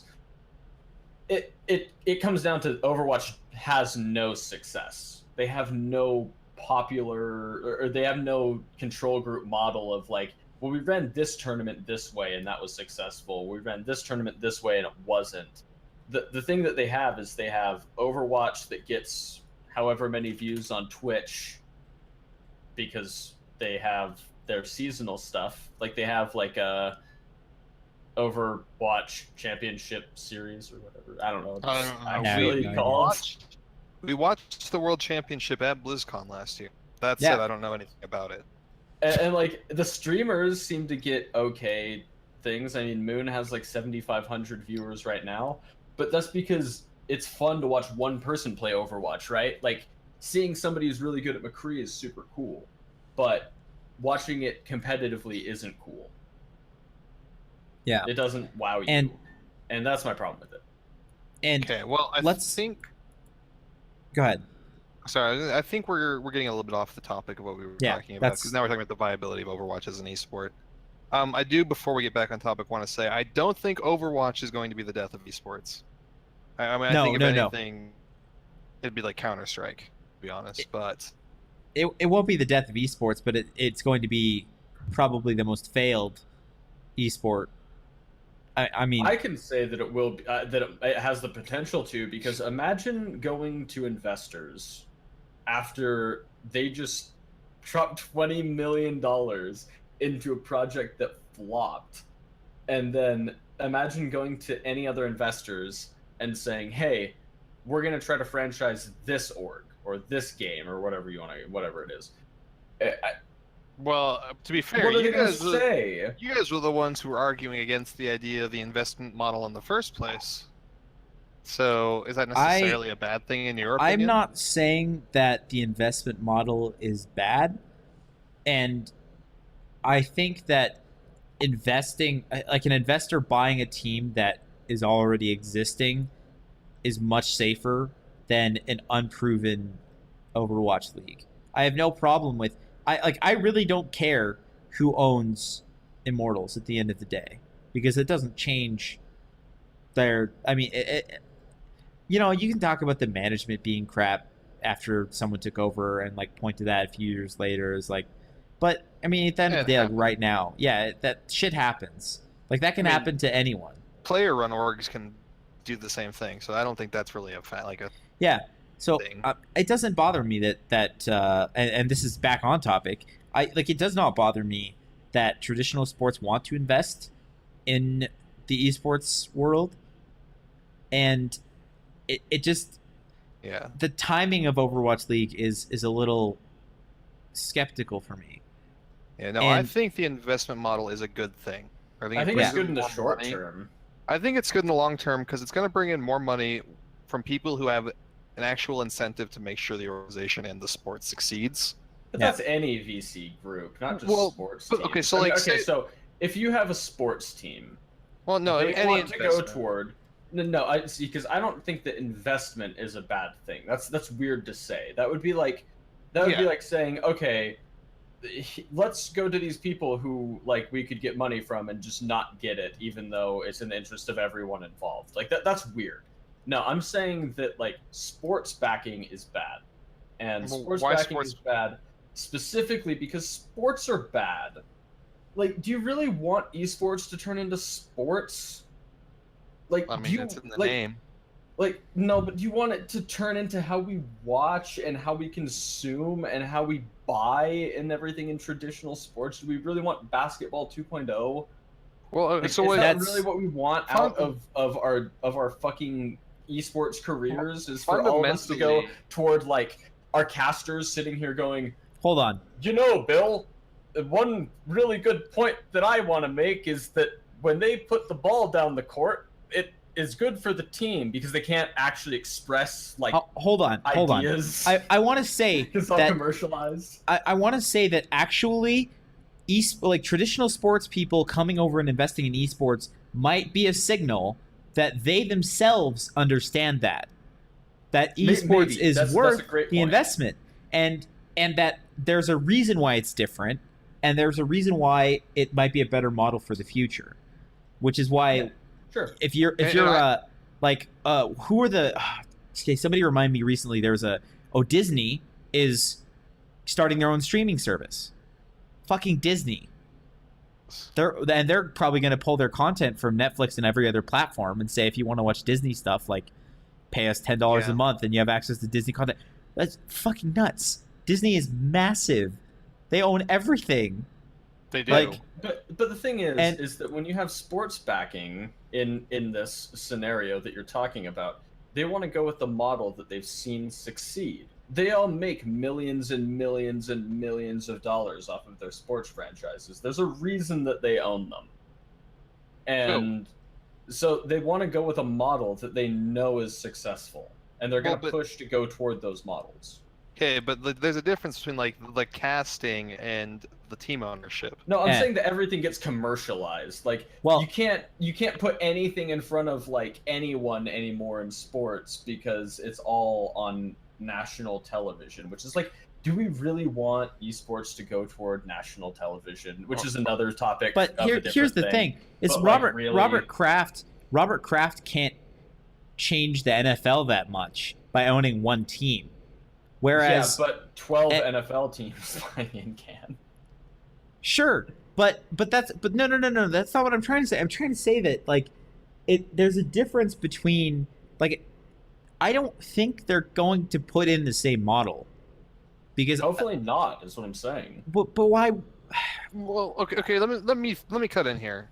Like, what model could they possibly implement? Like, again, Robert Kraft would own a team. He doesn't own the sport. He doesn't own the tournaments. He just owns the team. So what model could he possibly, like, hiring good players? Because he's pretty effective at that with the Patriots. Right. Like, no, I agree with that part. But here's the part that concerns me. It's when things happen like this. So if you have in a team, let's say there's 25 Overwatch League teams, and 18 of them are by sports-backed orgs or sports players, whatever you want. It doesn't, because there's a player from like Boston that owns an esports org. Okay, now, right? So like looking to get into sports. Anyway, just anyone involved in sports, right? That is involved in the commercial version of sports, is that they start pushing their current org, like Blizzard, for instance, to go towards successful sports-based models because it is successful, right? It makes people consume the content. And they have enough sway because they own such a large portion of their franchise base that they have a lot of say as to what goes on, or a lot of sway, not a lot of say, because they don't have any say at the end of the day. But they have a lot of sway as to what goes on. But I don't know, like, these guys aren't, a lot of these guys are very smart. And yeah, they want to make a lot of money. I agree. Yeah, but that's the thing is exactly what we're talking about. I mean, so Robert Kraft might be okay with throwing away, like, pissing $20 million down the fucking toilet, right? Yeah. But that doesn't necessarily mean that he wants to see that 20 million go to something that, I mean, honestly, if the way a lot of venture capitalists work is they're okay with 100 projects failing if one of them makes back 1,000 times their investment, right? And a lot of these big guys, like for instance, Ted Leonsis, the Team Liquid partial owner, he was an AOL executive in like way back in the day, like when AOL was actually a fucking thing before, you know, people got DSL and nobody needed dial-up anymore. Yeah. You know, sorry, Grandpa.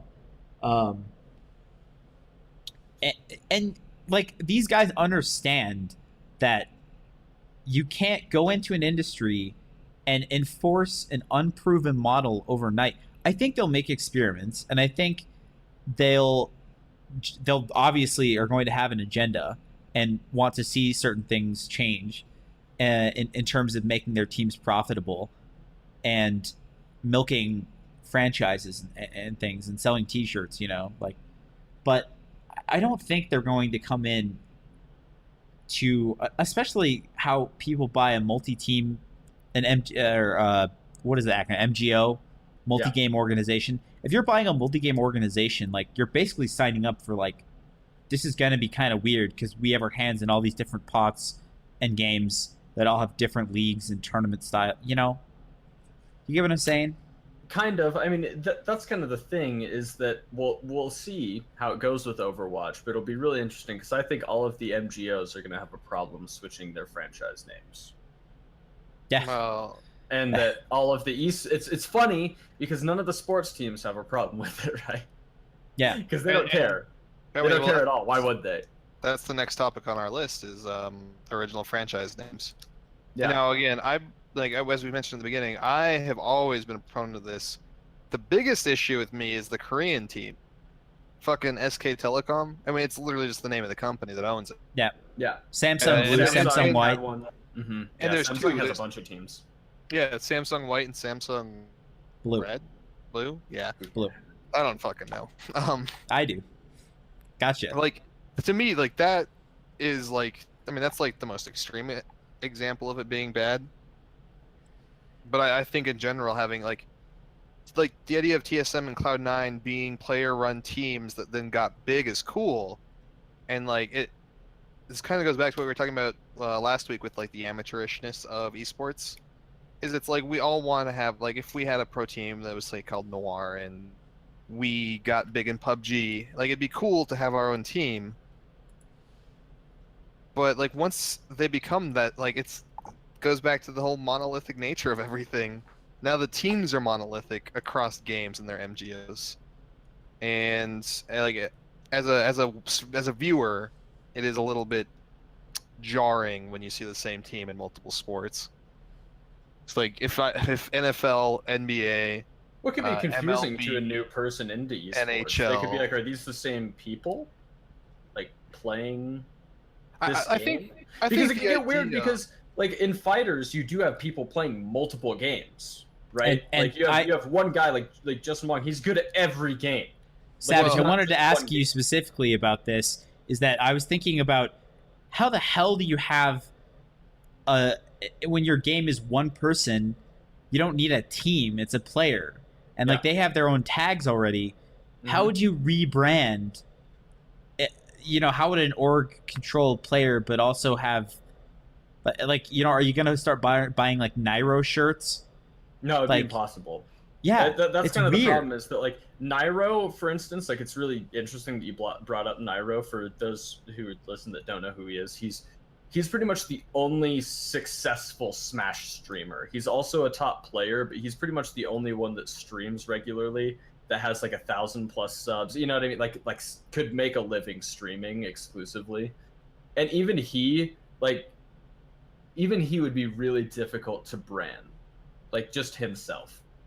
And he's the most extreme example of a fighter, you know, like of a member of the FGC that you could have that would be good to brand as a solo player.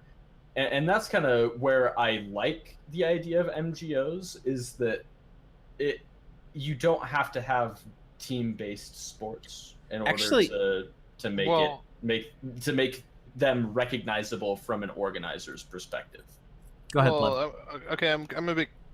So going back to tennis, like you don't like if I'm watching God, I can't remember anyone's names now in tennis. Fuck, McEnroe.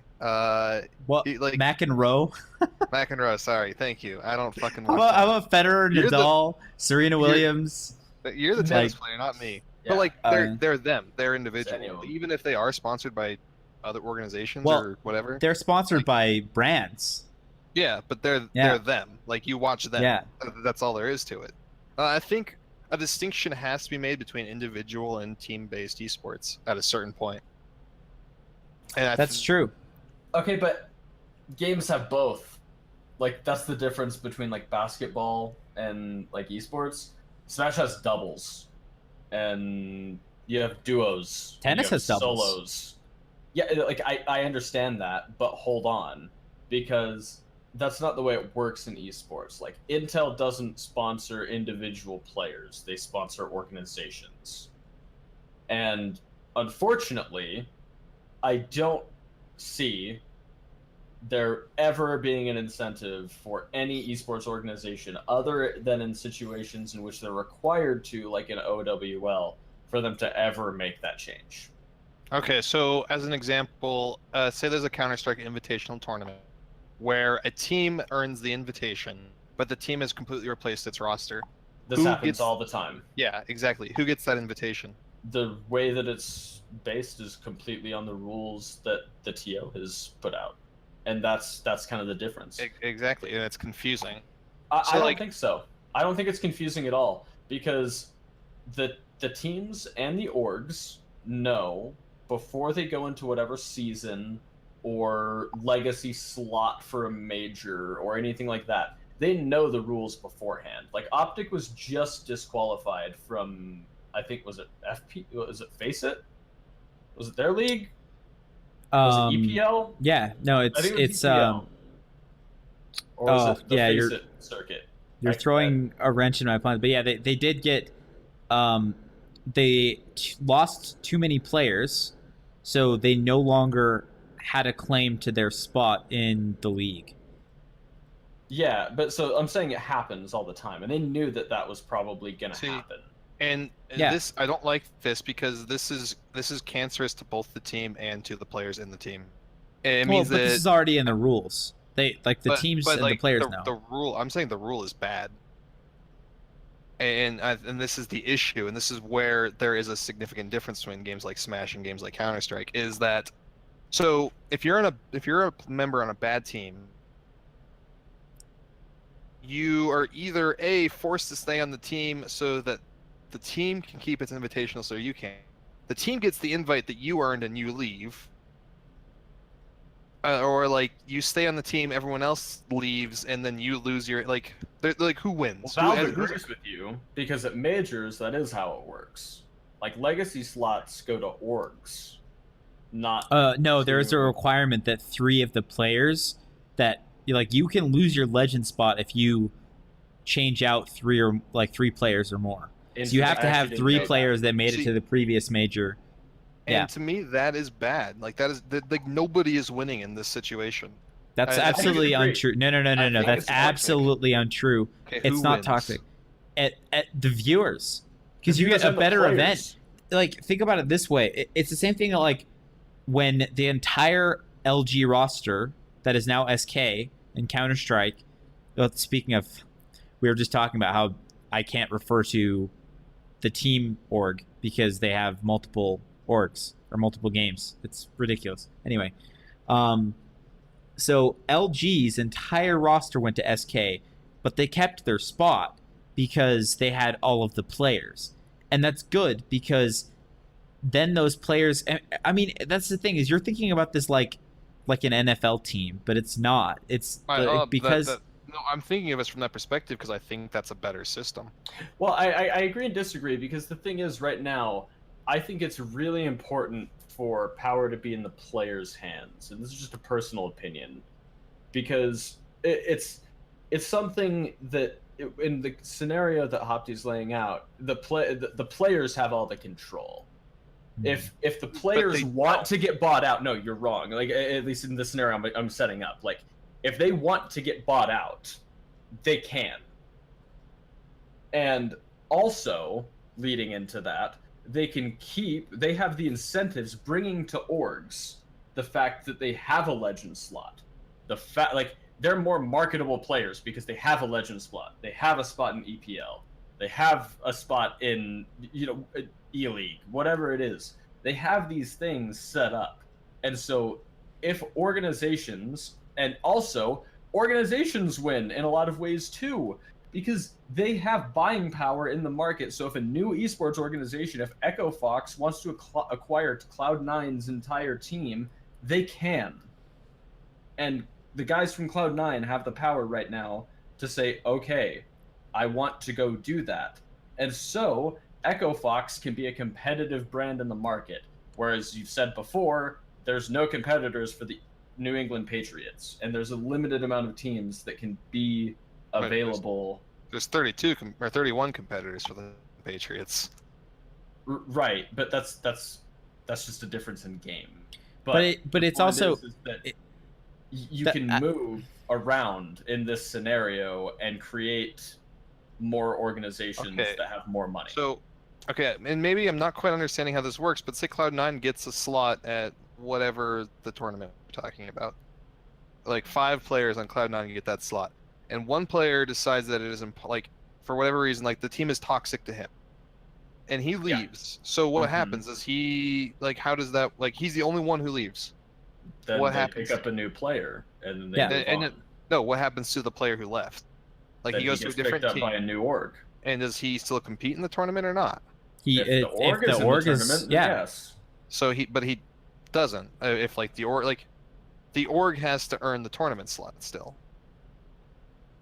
So well, if all 5 players... Okay, so the reason that it works the way it does is because you're wrong. The org doesn't earn the player slot. The majority player stake earns the player slot. So what if 3 or more players... Hold on. If 3 or more players move org... Yeah, okay, I got that. It changes the org to the new then changes to the new organization. But what if all 5 players go to different teams?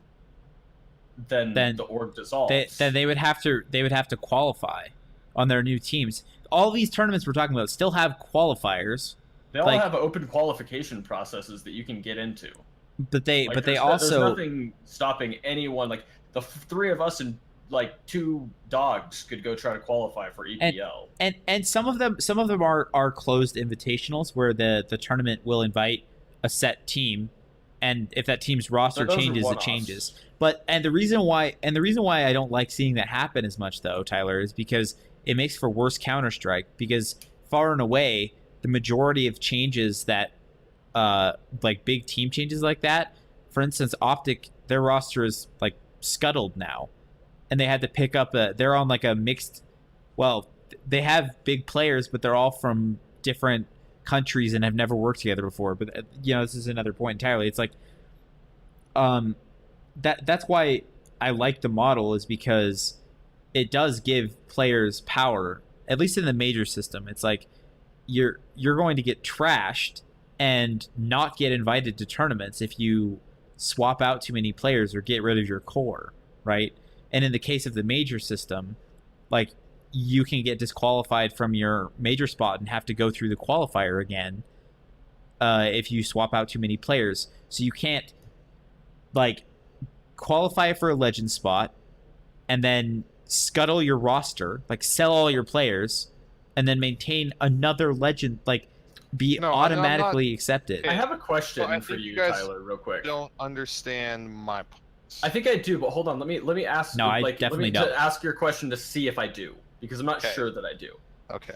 So what would you say if I said that, like, let's take a sorry, I made myself on accident. Let's take a hypothetical here and say that the Golden State Warriors lose all 5 of their starting players. But in this scenario, Golden State is 100% guaranteed a playoff spot. But they've lost all 5 of their starting roster.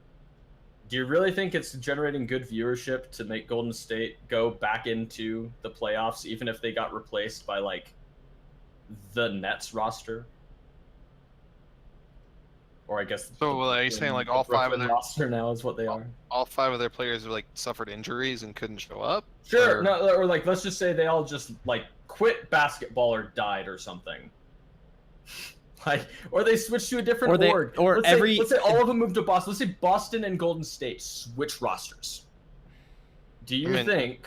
And not this year because they both went to the playoffs. But like, we're talking about like, let's say one of them does and one of them doesn't. The Jazz and the Warriors or something. Sure. I get your head. Yeah, they switch rosters, and do you think that it's a good model that Golden State just instantly goes to the playoffs in this scenario, even though they went to the Jazz? But they can't, like, you can't do that. There's rules in place where that's not, you can't trade that late in the season. Which I think that's a different discussion entirely. But let's say you just you can though. But like, because you can't change one without the other in this scenario, right? Is what you're saying. But like, I think that I don't necessarily know that. I think that having to requalify every year for the playoffs is a good thing, and I think that having locks in place to keep your players like tied to the organization through the season is also a good place. I really don't like that in esports, specifically because of things like Stewie 2K and like different players that you would never see on a professional team if it worked like that. And they're some of the best players. Because you can't do that in professional sports. Like, you can't just go, oh, okay, this player isn't really performing very well.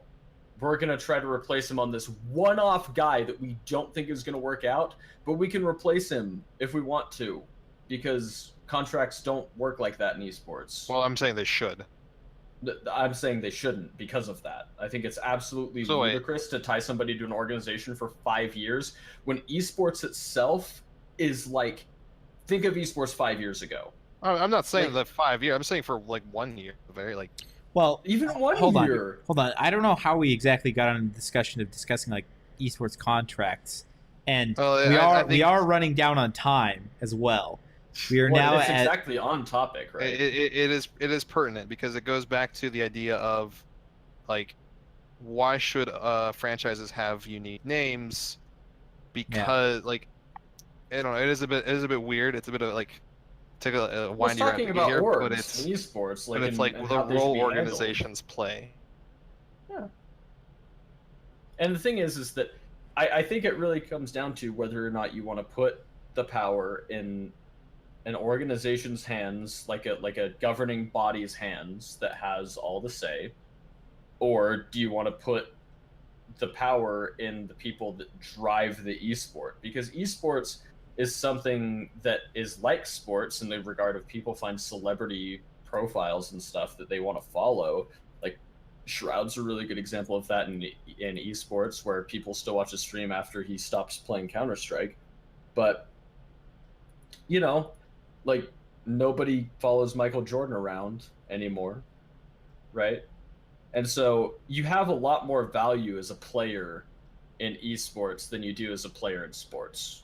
So see, for an organization, and I think your power should be swayed that way. No, and I agree. I think the idea of the contract thing is more for players' benefits than for the team's benefits. I don't think so, because you still have contracts in esports, right? But they're, in fact, you do, but their buyouts are ludicrous, and so it does actually work like that. Like players sign like multi-year agreements constantly right now in Counter-Strike, but then they just get bought out, or they get dropped by teams, but that's the whole point of a contract, is that you shouldn't be able to just drop. No, they can't get dropped, and they still get paid salary. They get paid salary. They can be on, but they can get moved from the roster. Yeah, like their contract doesn't end. And unfortunately, as a player, I mean, this is something that is kind of abusive, and I don't know so much in other esports, but I know with CSGO specifically that orgs have been making the buyouts not even close to proportional to the salary of the player, so that the player cannot take an offer if he wants to from another organization. And it's that basically doesn't make any. Why do they do that? Because players are and esports are They're stupid trying to and take the players away from the So power they're away from trying to players monopolize the players. because they have so much value. Yeah. and they're scared of other orgs poaching their players basically. And it's also part of the problem is that players are not adequately represented either by a union or by lawyers in esports yet. For instance, players sign contracts without having anyone else read it. What? Yeah. Okay. This is a real thing. Okay. So. Okay, so regardless of anything dealing with like franchise names and everything, like I think a big thing is that like one, Like, I think get a salary brain. caps, because that way dead players that are dead weight are actually negative impact organization, so they have a reason to move them to a different team.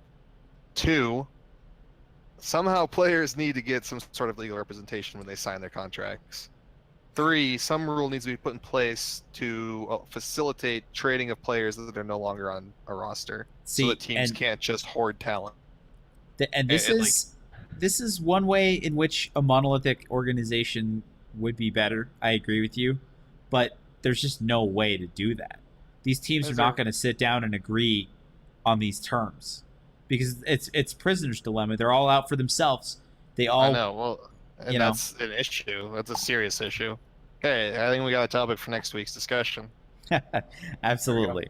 And yeah, so hopefully we've actually done this one justice. This is, I mean, there's so much to go into. I think we got so sidetracked we didn't even remember the main topic on this one. But God, this is a weighty. I mean, me and Savage have talked for hours on this, like, face to face without really getting anywhere. This is a big topic. We're already, about to push over another hour here just on this show into this topic alone. So I think we're going to move on to some concluding statements. Pleblius, highlights from the episode. Anything else you want to say? Hit me.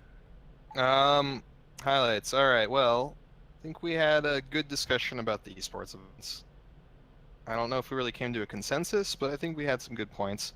We all decided that PUBG Gamescom was extremely disappointing and that we hope they do better. And we decided that organizations in esports is a really, really, really complicated topic. Nah. That's all right, those Savage. are the highlights there, guys. Savage, yeah, you're those up. Are good highlights. I think that overall we got a lot to think about for some more topics for you guys. So I hope that helps you guys out, and I think that my time here was well spent. Awesome. Yeah. Okay. So I think that I'm coming down on the side of I think there are too many esports events. I would like to see that cut back a little bit so that I can be a part of more of them and watch more.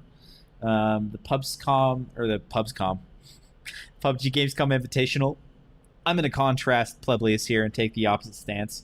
And while there were numerous problems with the tournament, I think that for such a young game, I think they did a decent job. And it gives me hope, actually, that if we can fix some of these issues, that the game does stand a chance to be a competitive game, and at least in a small way, an esport. And as far as organizations in esports, I definitely don't mind big investors and money stepping in, but I definitely don't want it to overinvest and create a bubble and stifle future investment and give everyone cold feet from investing in our pastime in the future. Savage, is there anything you want to plug here at the end of the show? Yeah, just check me out on Twitter. Always posting stuff about current tournaments, Smash, HOTS, whatever. Game Tyrant Expo, yeah, 1 month away. GTX coming up. That's actually in a month from yesterday. Something like that. Registration costs go up in like 2 days right now for both backstage passes. You can meet all the pros, everything like that. They're like VIP passes, and regular spectator passes. They're selling as well. So definitely check that out. We've got a bunch of great commentators coming out for basically every single scene. I mean, we have some of the best commentators in Melee, some of the best commentators in Smash 4, Rocket League. I mean, absolutely everything. Awesome. How about you, Pleb? Anything you want to turn us on to right now? Yeah, well, check out my Twitter. I tweet random stuff. Check out my Twitch. I occasionally stream PUBG. Both pretty good at it, Pleblius. I like to think. Yeah, both the Pleblius. Mhm. And other plugs. Check out T Swift's new video. It's pretty hot. Oh yeah, that's a fantastic one. She's getting some amazing free marketing here. She doesn't yeah. need it. So my Twitter handle, you can see in the screen or right next to my face here, or over here, right there. To find me on YouTube and Twitch, just cut off the underscore tweets part and just HawpT. Let's see, anything else? I don't think so. Oh, the website, pn.squarehook.com. Don't forget, I'll put everything. Links in the description to everything, all the resources we were talking about. I'll have Savage and Pleblius send me some over after the show, and I'll get them up there for you guys. Still don't have an outro. We're working on an intro, actually. That's some news that I forgot to bring up. Hopefully We'll one of these weeks we'll have a fantastic little intro for you guys, or maybe an outro. Who knows? Anyway, we're still working on technical things, so we should have pictures and stuff next time. We will improve every week. We have our lovely logo that I forgot to mention, sitting in one of the webcam slots that's currently unoccupied. Yeah, so that's cool. Cool things. What is the Toy Story song where it's like strange things are happening? I don't know. Anyway. What the hell is his name? That's a good song. Randy Newman. Yeah, that's a fantastic song. Guys, go check it out. Toy Story stuff, like really. Is this real life? I'm sitting here for this. They don't check out Toy Story, guys. Check out Disney's new movie. All right, it's fine. Disney's new streaming platform. Disney Now. I don't know what the fuck they're calling it. Anyway, thanks for watching, guys. This has been episode 2. Your hosts, HawpT and Pleblius. Your guest for the week, Savage. Thank you for coming on, and have a great evening. Thanks, guys. Peace.